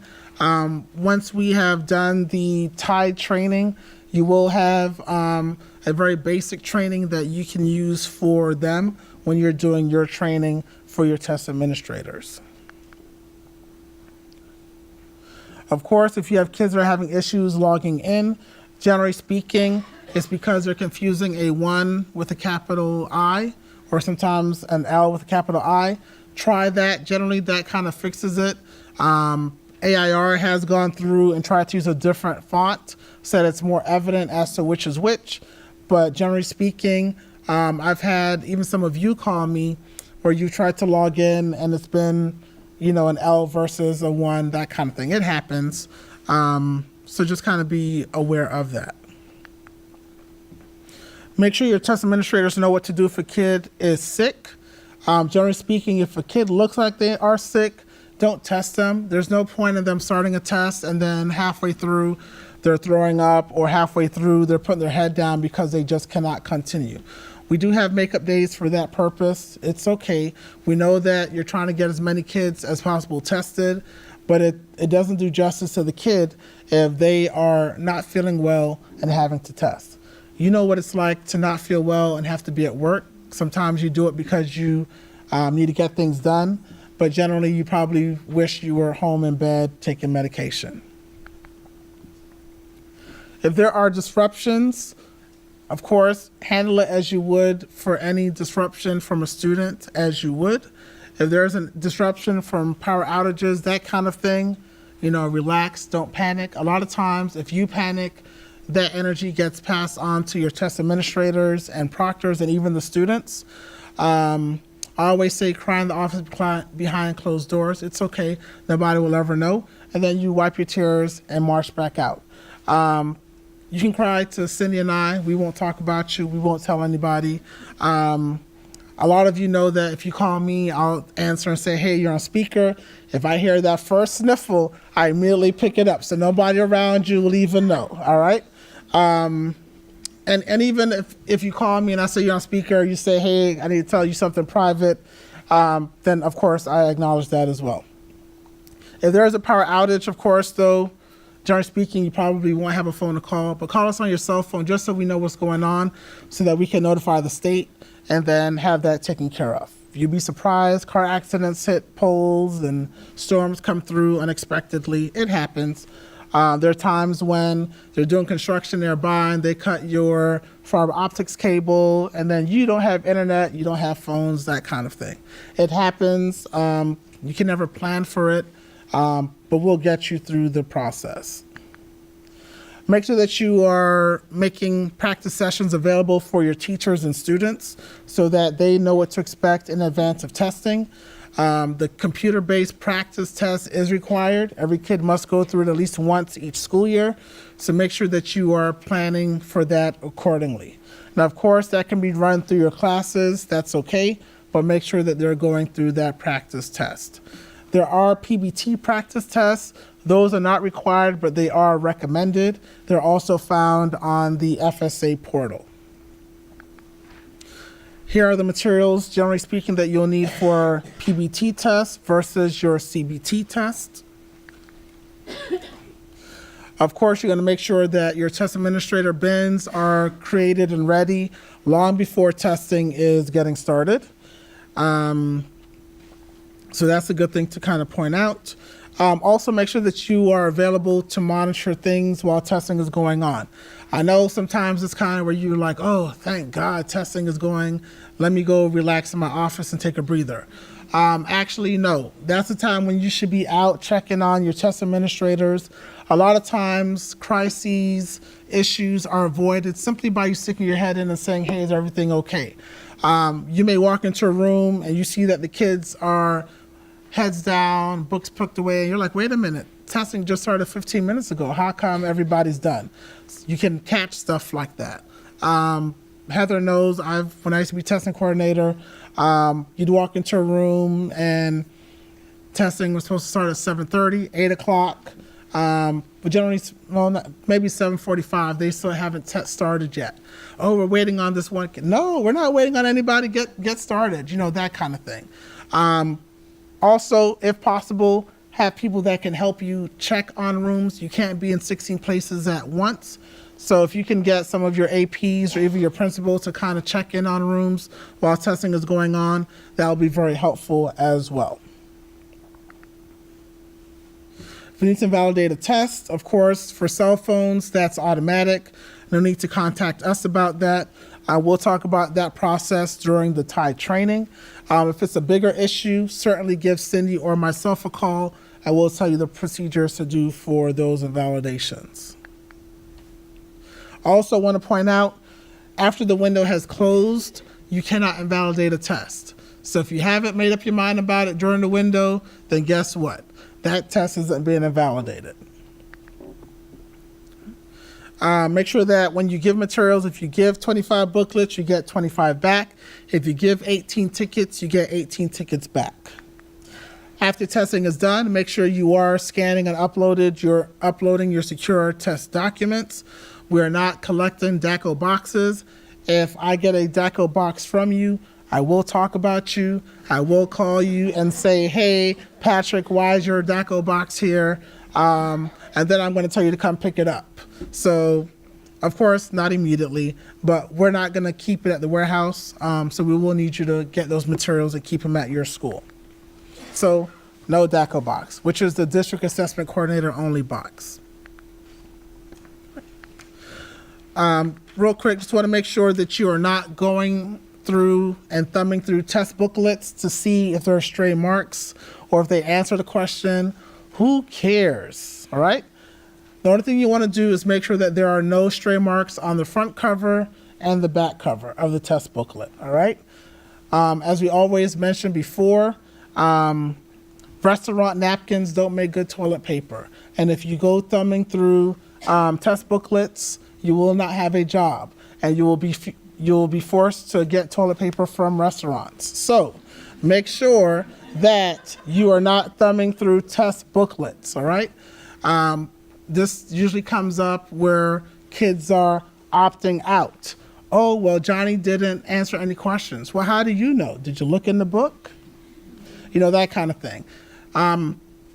If Johnny's mother says that he's not going to be taking the test, you still give Johnny that test booklet. If he uses it, fine. And if he doesn't, fine.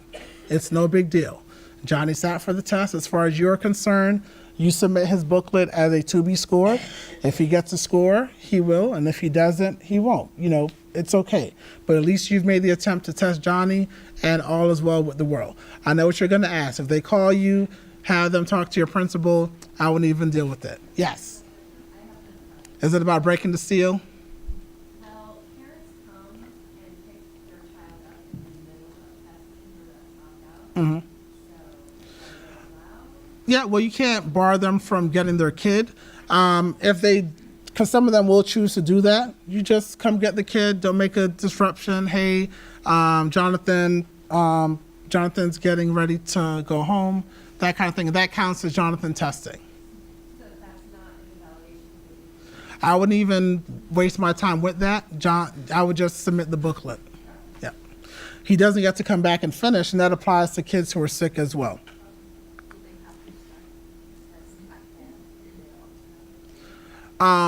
There is no opting out. So, right. So if a parent says the kid's opting out, that means nothing to you. They go in the testing room, they get a test booklet, they get a test ticket. They can choose to test or choose not to test. Even if they break the seal or not. I'm not going to say, hey, break the seal, start testing. You want to sit there and put your head down, then that's okay. Now, of course, if you know that a kid should be testing, make sure your test administrators are saying, hey, go ahead and get started. You only have X amount of time. But even after that, I wouldn't make it a point to fight with a kid over testing or not testing. You've made the attempt to get them in the room for testing. If a kid decides that they're not going to test, because there are kids who are not opting out, but for whatever reason, they're mad at mom that morning because they couldn't wear their new shoes, so now they're mad at the world and don't want to test. You have no control over that.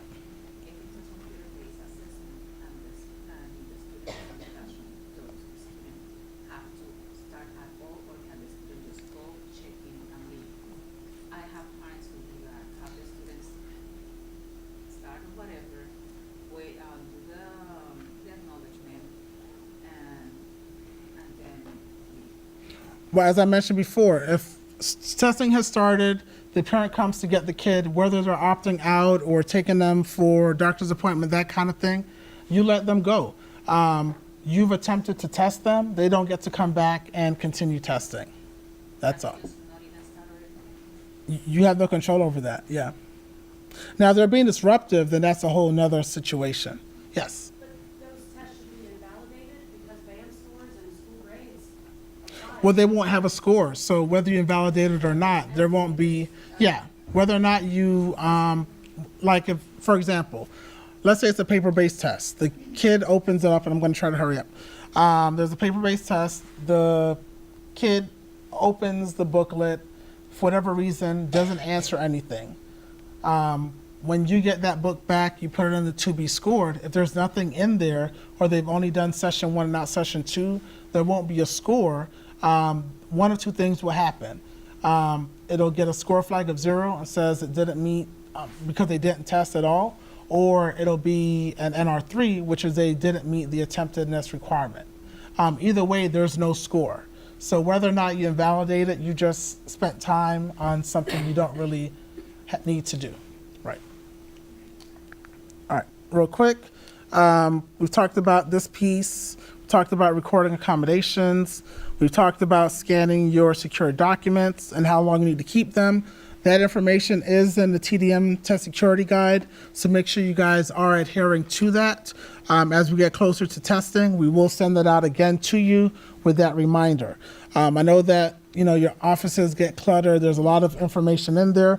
Generally speaking, I recommend putting these documents in a binder after you scan them. That way they're very easily collected and in one place.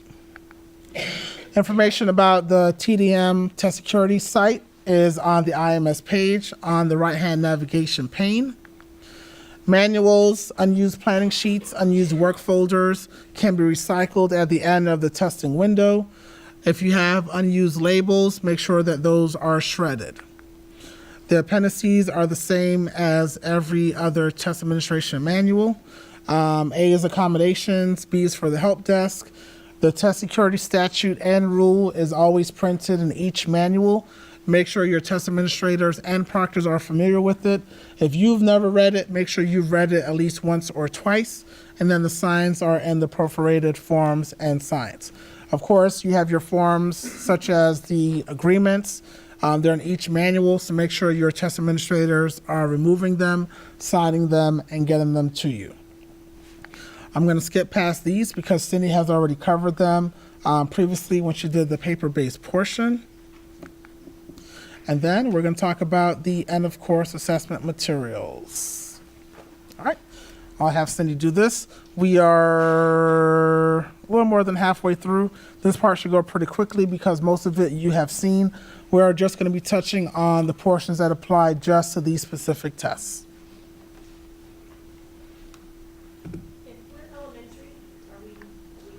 No, you're not done. You have the wonderful test called science.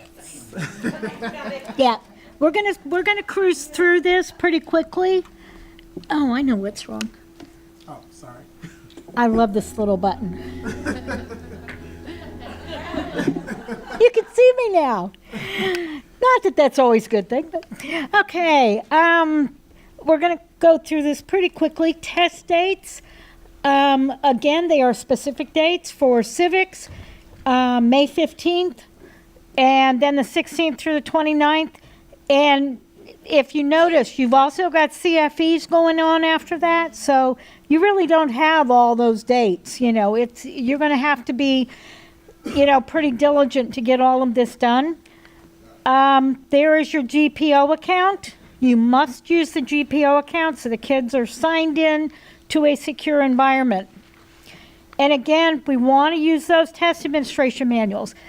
A lot of these there's a lot of overlap, so don't feel. You've got the most manuals of elementary, middle, and high. You got to, it's a stack of them.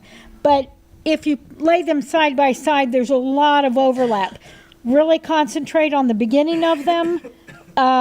Make sure you've got those scripts that you show the teachers where their scripts start. They must use the script out of the correct booklet. Test administration information. Again, for NGSSS, and this is going to be covered in the Pearson Safari Live session, but a lot of their information is on what they call Avocet, which is a separate website that all of their information has. Rather like Tide, when you go out to Tide, you will see resources. Well, if you look on and you sign on to the Pearson website, look down in the bottom right-hand corner, and you'll see one of the listings is Avocet, and that's where you find all the resources for Pearson. Any student not finished at the end of the 160-minute session may continue working. However, the testing must be completed in the same school day. That's for any student, not just students with accommodations. So theoretically, it's not really a time test. Any student may continue working on the civics test. Okay, what's new for this one? The TestNav desktop or mobile app has been updated, and it is required if you're using the test app that you update that. So make sure your TSR is aware of that. That information has been sent out to them. It has been included in push-outs, but just be aware that's one of those things you want to check off and discuss with him. The scripts for administering the EOCs are in the manuals. They are no longer printed and distributed separately, thank God. That was a big nightmare. So they are in the manuals. Again, you want to give your teachers those manuals, maybe not quite yet, but as long as they've got them well in advance. Pearson Access Next will require users who are going to add students to complete the step of, well, we've already done that, management enrollment, before they complete. That's already been done, hasn't Yeah, it? that's been done as part of the pre-ID process. That was done as part, so you can kind of ignore number 3. That's what I thought. Okay, after testing, districts will resolve rejected students. That's for Bear and I. If we need to get with you on that one, it means there was a student that as they're going through the scoring process, they were rejected. We will be doing those after testing is complete. We left this one in, but proctor caching, even though it is technically no longer required, we are strongly urging you to do that. Just shy of mandatory, but know that every school that has had a problem with testing, generally they have not done the proctor caching. Please do the proctor caching. It solves a lot of issues and will make things run smoother for you. You do not want to bypass that step. I just want to add, the proctor caching is also very helpful when you have an outage. Basically what happens is, as the kids are submitting their responses, it's going through the server locally at the school. So if your school loses internet connectivity, it's still able to go to that server, and then once connectivity is restored, then whatever's been sent to that server then gets sent on to Pearson for scoring. So that's Yeah. why it's very helpful. We recommend doing the proctor caching. Yeah, it's just not a step you want to bypass. Reminders about the technical interrupts. Again, just make sure you don't leave kids sitting there for 30, 40, 50 minutes, an hour. That's frustrating for the student, and a lot of times parents will get really upset about that.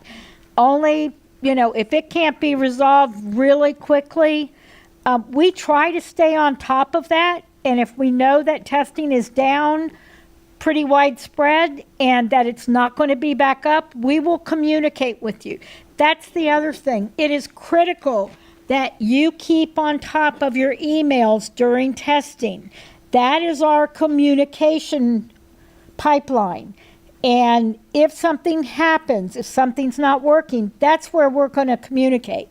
Now, we always can't say, testing is down, go ahead and stop, because we don't know what's really going on. It takes a while for them to figure these things out. But do keep on top of your email. Make sure it's cleaned out. Make sure you don't have it full so that ours gets bounced back, because I can tell you right now that we don't always have time to go back and see, well, here, these 10 people didn't get it, and now I'm going to try to send it again. That just doesn't happen.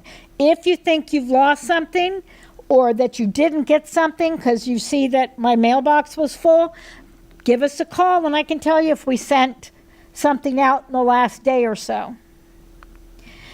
Okay, we've talked about the accommodations, 504 plans, the text-to-speech masking. Again, make sure you know which of those kids get accommodations and what they get. Again, we don't add the accommodations through the pre-ID upload because we cannot, our system doesn't allow it. That information does not sit on SMS. We are hoping that once Skyward comes in, there'll be a way to merge that in so that we can put that in, but we're working on that. Again, we've talked about these things. Make sure you're communicating with your TSR. Recommended that the infrastructure trial, nope, that's a mandatory. We will be going through that. How many of you all have completed your NGSSS? Oh, that's fabulous. Was it successful? Oh, yay. Okay, that's fabulous. So those of you that haven't done it, know that it works, so go ahead and get that done. Everybody who didn't do it, are you planning on doing that with your other one? Perfect. Okay, don't forget to fill out the forms for that. You need to get those filled out by the end of the day tomorrow. Actually, we'd like them to be done within an hour or two of you completing that, so we can go ahead and fill out a report for our higher-ups, because they need to know. Dr. Jenkins actually has to send a form back to the commissioner saying we are ready. Okay, again, do not try to resolve technology issues if it's disruptive to students. In other words, if you've got a student that's having a real problem and your TSR comes in and is unhooking and putting a new computer in place, don't do that. Either move the student or move them to another computer or move them to another room. We don't want to disrupt 10 students to try to get one student fixed. Okay, pull that one student out, do it. Just make sure we're being real careful about what the situation is for the other students. Again, if a student has difficulty signing in, don't let it go on ad nauseum. Once or twice is enough, and then until you figure out why it's not working, pull that student. You don't necessarily have to send them back to class immediately, but don't let them sit there for a long time. Again, username, passwords. We use authorization tickets for this. Make sure they're handled securely. You've got a session roster so that a teacher has a list of who's going to show up in her room. And again, those also must be handled in a secure manner. Test group code, talked about that already. CBT worksheets, you do have worksheets for these. For the civics test, student enrollment information. You need to make sure for EOCs, and this goes for any of them, if some of you may be doing biology in small, very small group of kids, you need to say whether they are currently enrolled, previously enrolled, or never had been enrolled in the course. It is very important that they have that information on there. That's only for paper-based. I'm sorry? Only for paper-based, yes. Yes. Yes. Yes, for the test and answer books. Okay, but it is on, if you enter a student, it's on the student information, which is on the ID label. So if you enter a student into Tide, that information is also on there. Pearson. On Pearson. Yes, on Pearson. Okay, again, make sure if you do have a student taking it on paper, you're going to have to print out a label for it. And you need to make sure that you're not using, your oldest, ugliest, worst printer in the school. You try to use the one that prints out well, because they do have to be able to read that barcode. Any questions about that? That was quick. Okay, let's move on to science. I'm going to turn it back over to Bear. We are getting close, guys. Hang in there.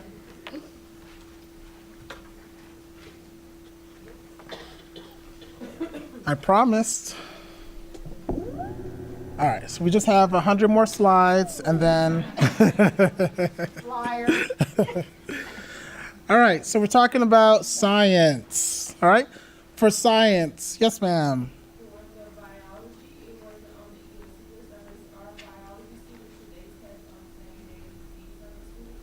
Yeah, so good question. We didn't cover biology because that is a high school course. But yeah, some of you that are testing biology, the biology and civics is on the same day. U.S. history is on the 16th. For science is a little bit tricky. 5th grade and 8th grade both take science. The 5th graders get 2 days to do science. 8th graders get 1 day, all right? So if you're at the K-8s, I'm so sorry. That's the state's doing, not ours. But of course, remember that science is paper-based for both 5th and 8th grade students. Again, this doesn't replace the manual. You'll have a lot of stuff to read this weekend. The manual is green, just like the Emerald City. We talked about the fact that the 5th grade is 2 days. Each of those sessions is 80 minutes. For 8th grade, it's 80 minutes, 2 sessions. There's session 1 that's done, that's 80 minutes, and session 2, that's 80 minutes. But for 8th grade, it's both done on the same day.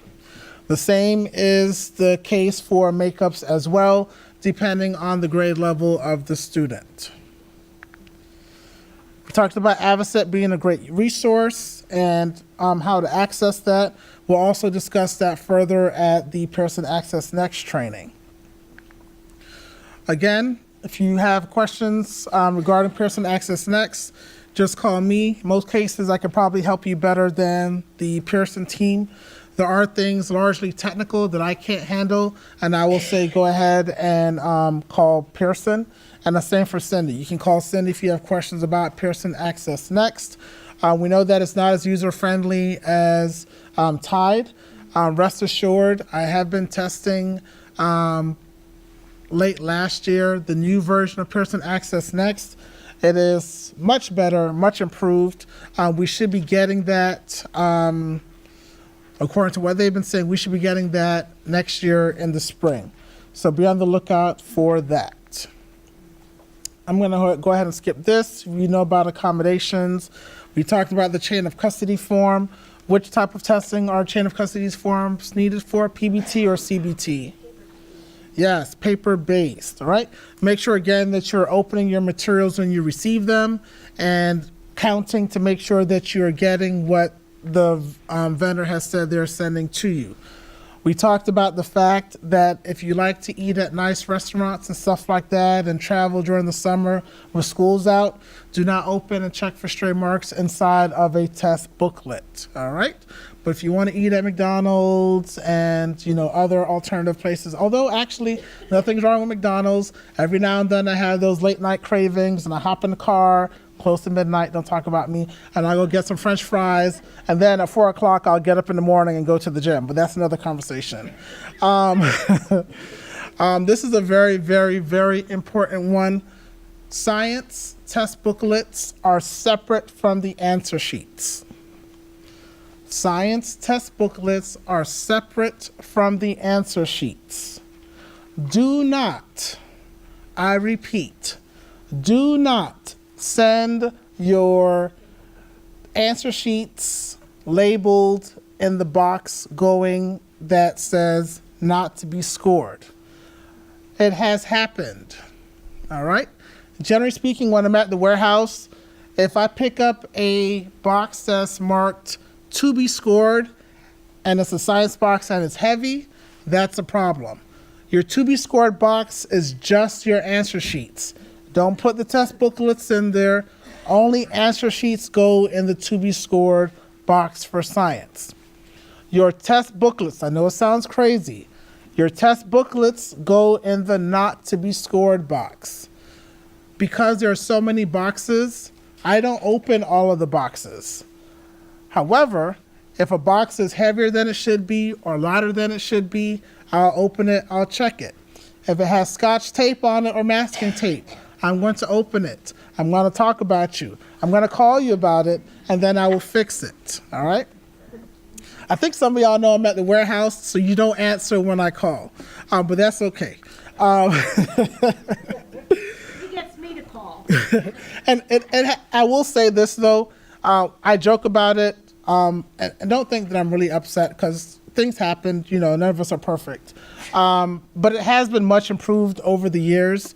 When I first started doing this, there were times, and Jeanette will tell you, where I have to open almost literally every box. And when I should only be at the warehouse for one day, it's taken me 2 or 3 days. There have been times now where I've been able to be done at the warehouse by about 1 p.m.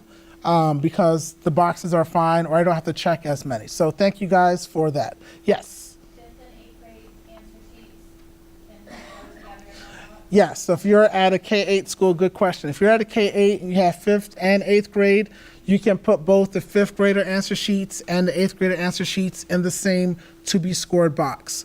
Generally speaking, though, I do recommend separating them out, 8th grade versus 5th grade, but they can go in the same box. Yes? Packaging instructions are in the manual for science somewhere? Yes, they are in the manual. Sometimes testing coordinators don't look back there. I guess they're scared. But it is in the back of the manual.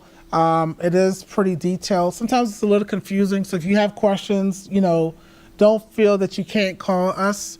Another thing that's important is your answer sheets. You may probably have a stack of answer sheets that are about this big, but the box is this big, right?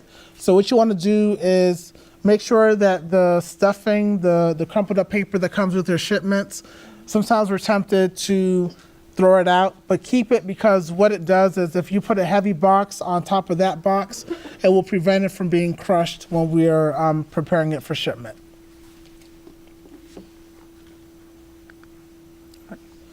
Accommodations, of course, are in Appendix A. It's the same.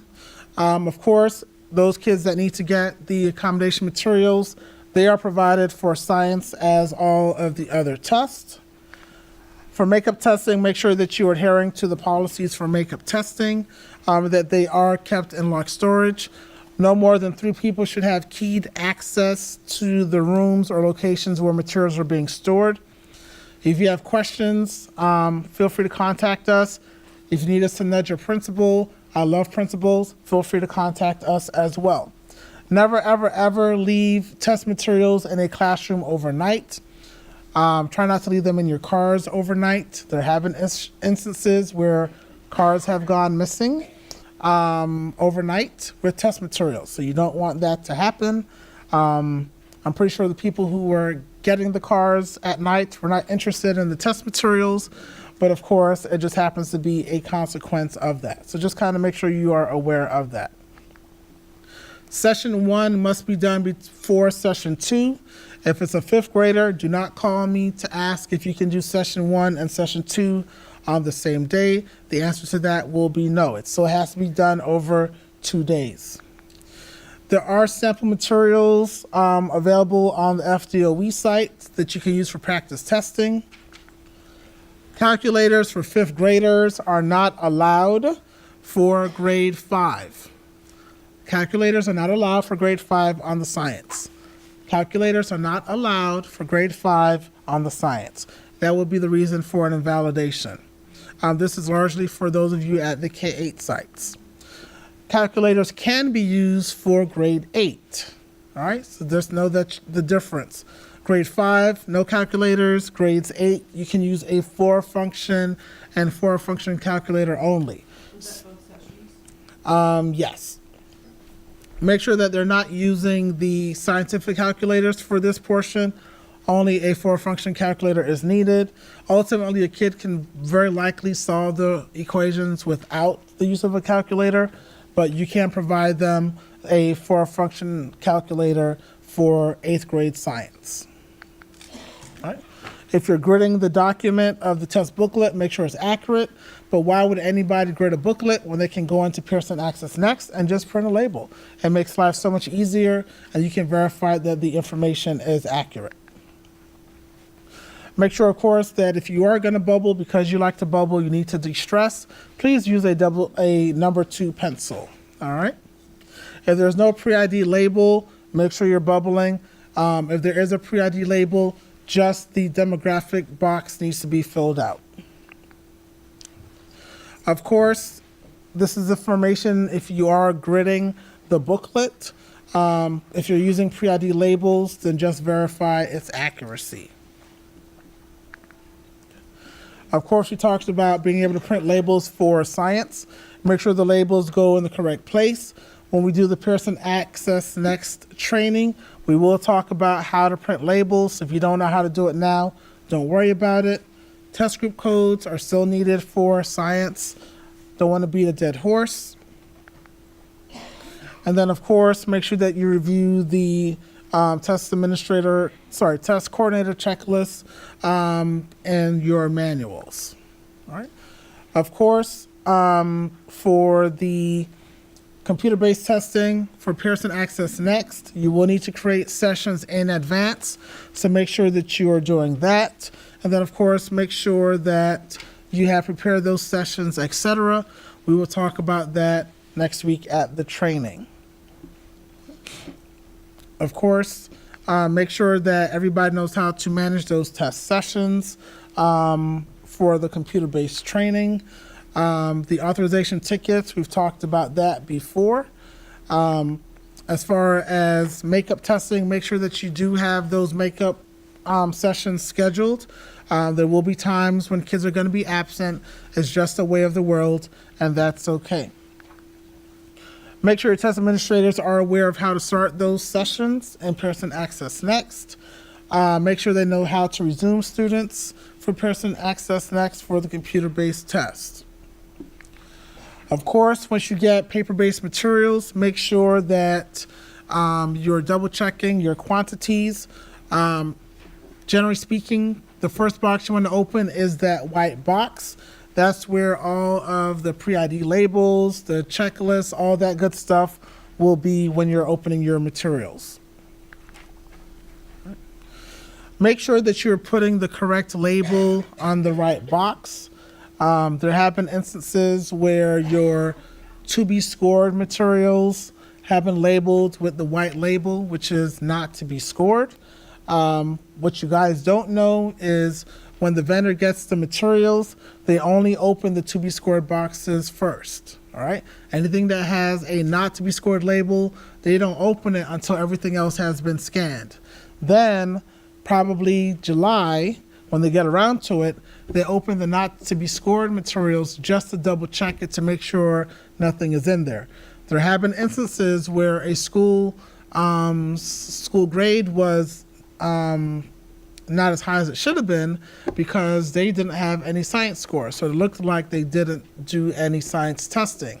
And the reason behind that was because the box was mislabeled that had the answer sheets in it as not to be scored. All right. Make sure that if you do have large print and or braille materials, that you're using the appropriate labels for that. Again, make sure you're using the correct to be scored label.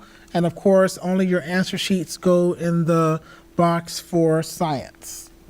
We've already talked about the test group code. We've talked about making sure that you are maintaining test security, that you are doing the test security booklet numbers on your administration checklist. Many of you are now using the Excel version and scanning the booklet. We will provide an updated version on the site for you so that you can just scan the booklets in so that you know which booklet was assigned to which student. Seating charts are also required for science as well as a chain of custody form.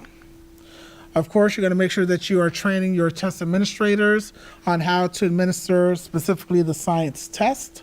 Everyone has to be trained.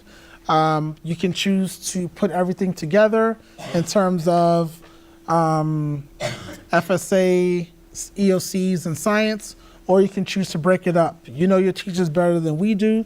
You have a little bit more time with them than we have with you. So if you need to break it up and do separate trainings, we recommend that. If somebody is absent, make sure you do makeup training sessions for them. Make sure that your test administrators are well aware of the tests that they are providing. We know that, especially at the K-8 sites, if they're doing 5th grade science, make sure they know how 5th grade science is different from 8th grade science so that they do not confuse the two.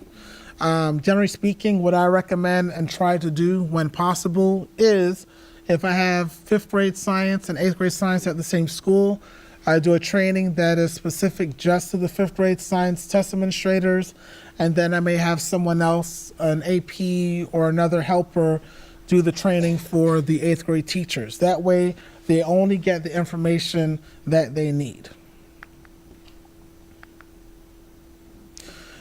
Same policies for electronic devices follow through for all of the other tests, including science. If a kid refuses to sign the student acknowledgement form, they don't get a free day away from testing. They still test. You just document that they did not sign the testing rules acknowledgement form, and they continue testing. We've talked about how to handle disruptions or disruptive students, and if a kid is sick prior to testing. Of course, you want to make sure that kids and teachers are not sharing information about the test. Make sure that they're signing the appropriate test administration and security agreements, as well as the prohibited activities agreements. Make sure that you're scanning them. I know it's a lot of stuff to scan. I know you don't have a lot of time to get it done, but it is crucial and important that it is signed by your test administrators and that you are scanning them. Of course, we talked about proctors, especially at the elementary school level.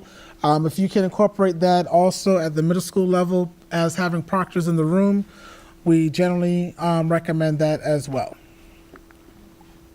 All right. We talked about FLVS kids, homeschool, private school. You're going to accommodate them. We've talked about giving accommodations to your ELO, 504, and ESC students. We put this in here because we do need to cover it again and again and again because it's specific to each of the tests. Make sure that those who are giving the test know which accommodations they are given. Make sure they know which accommodations are allowed for that specific test.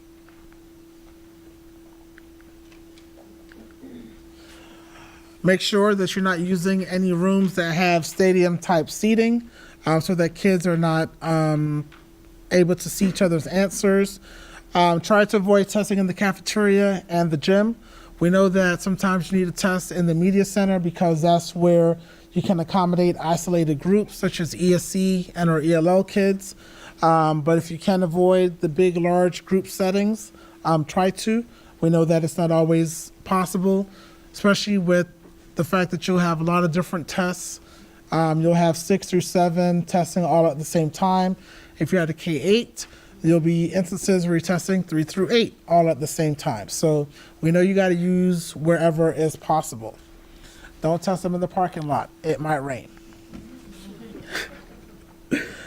Make sure that you do your walkthroughs during school testing to make sure that everybody is on task and following directions correctly. Make sure that you are providing the right test materials, that you are keeping track of materials through the day. Make sure any posters, anything like that, are covered up.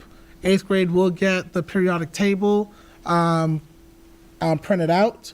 Any periodic table posters and stuff like that should be taken down or removed or covered because they will have the one specific that they will need for testing. Talked about maintaining test security. Of course, that is extremely important. Over and over again, of course, you're going to have your makeup sessions. You're going to make sure that when you get your materials back from teachers right after testing is done, that you're going to verify it so that if testing is happening on Monday, you won't call me on Wednesday about something you discovered about testing on Monday. That way, if you're checking stuff in, as soon as you get it back, any issues that happen can be corrected before kids leave, before too many people are moving around, especially missing test booklets. A lot of times, if you were counting your materials as soon as you got it back at 12 o'clock, as opposed to waiting until after school to count it, sometimes that will mean the difference between a booklet ending up in the trash or going home in a book bag with a student. Not to mention, you know what a teacher's desk looks like. You know, I used to be in the classroom, you shift stacks of papers around your desk because you don't want to deal with it right then and there. Oh, I'll grade them tomorrow, that kind of thing. Things get under stuff and then test booklets go missing. We talked about scanning materials, no DACA boxes. If I get one, we'll make arrangements for you to pick it up. We talked about invalidations and reasoning for invalidations. The page numbers are there for you in case you need additional assistance. Make sure you do check the back of your test booklets to make sure kids haven't bubbled in the DNS bubble. If they have by accident, go ahead and erase it and then bubble in the undo button. Talked about making sure that your test administrators have the correct security documents filled out and filled out correctly. We talked about the prohibited use of Scotch tape and masking tape. Anybody ever play 52 pickup? No? Nobody's ever played 52 pickup? Okay. Well, I've played it in middle school. It was not fun. It's not fun playing 300 test booklet pickup in a warehouse. For some reason, it's hot. We have fans going. There have been times when boxes have been taped at the bottom with masking tape. You lift the box up, out come everything. Then the fan is blowing, test booklets go flying. It's not fun. All right. We talked about the TDM test security document sheets that need to be uploaded, where to find the guide, how long to keep stuff. Same thing applies for science, manuals, unused periodic tables, planning sheets, reference sheets, all that good stuff. If it's not used, you recycle. And then you have the appendices, accommodations, test security statutes, return instructions. For those who ask, Appendix C tells you all about packing up that you've wanted to know about packing up test materials. And then, of course, the signs and forms that are needed are in Appendix D. Yes, ma'am. So for DRC, yes, you'll use the bags. Pearson does not require bags. They don't produce them. They don't send them. So you don't need to bag your science materials up. But for FSA, you do need to bag those up. If you ever have a need for extra bags, we have tons and tons. So if you ever run out of bags, I can't imagine that you will because they send you tons and tons. But if you do ever run out, you can request those from Jeanette as well. All right. Believe it or not, we actually made it to the end. And Cindy thought that we were going to be done at like 12 o'clock. Not so much. Even though you guys probably had another 60 slides more than elementary, we still managed to end about 10 minutes later than they did. So good job, guys. Jeanette is already upstairs awaiting you guys in case you're picking up stuff. This is the component number. It's 3 points.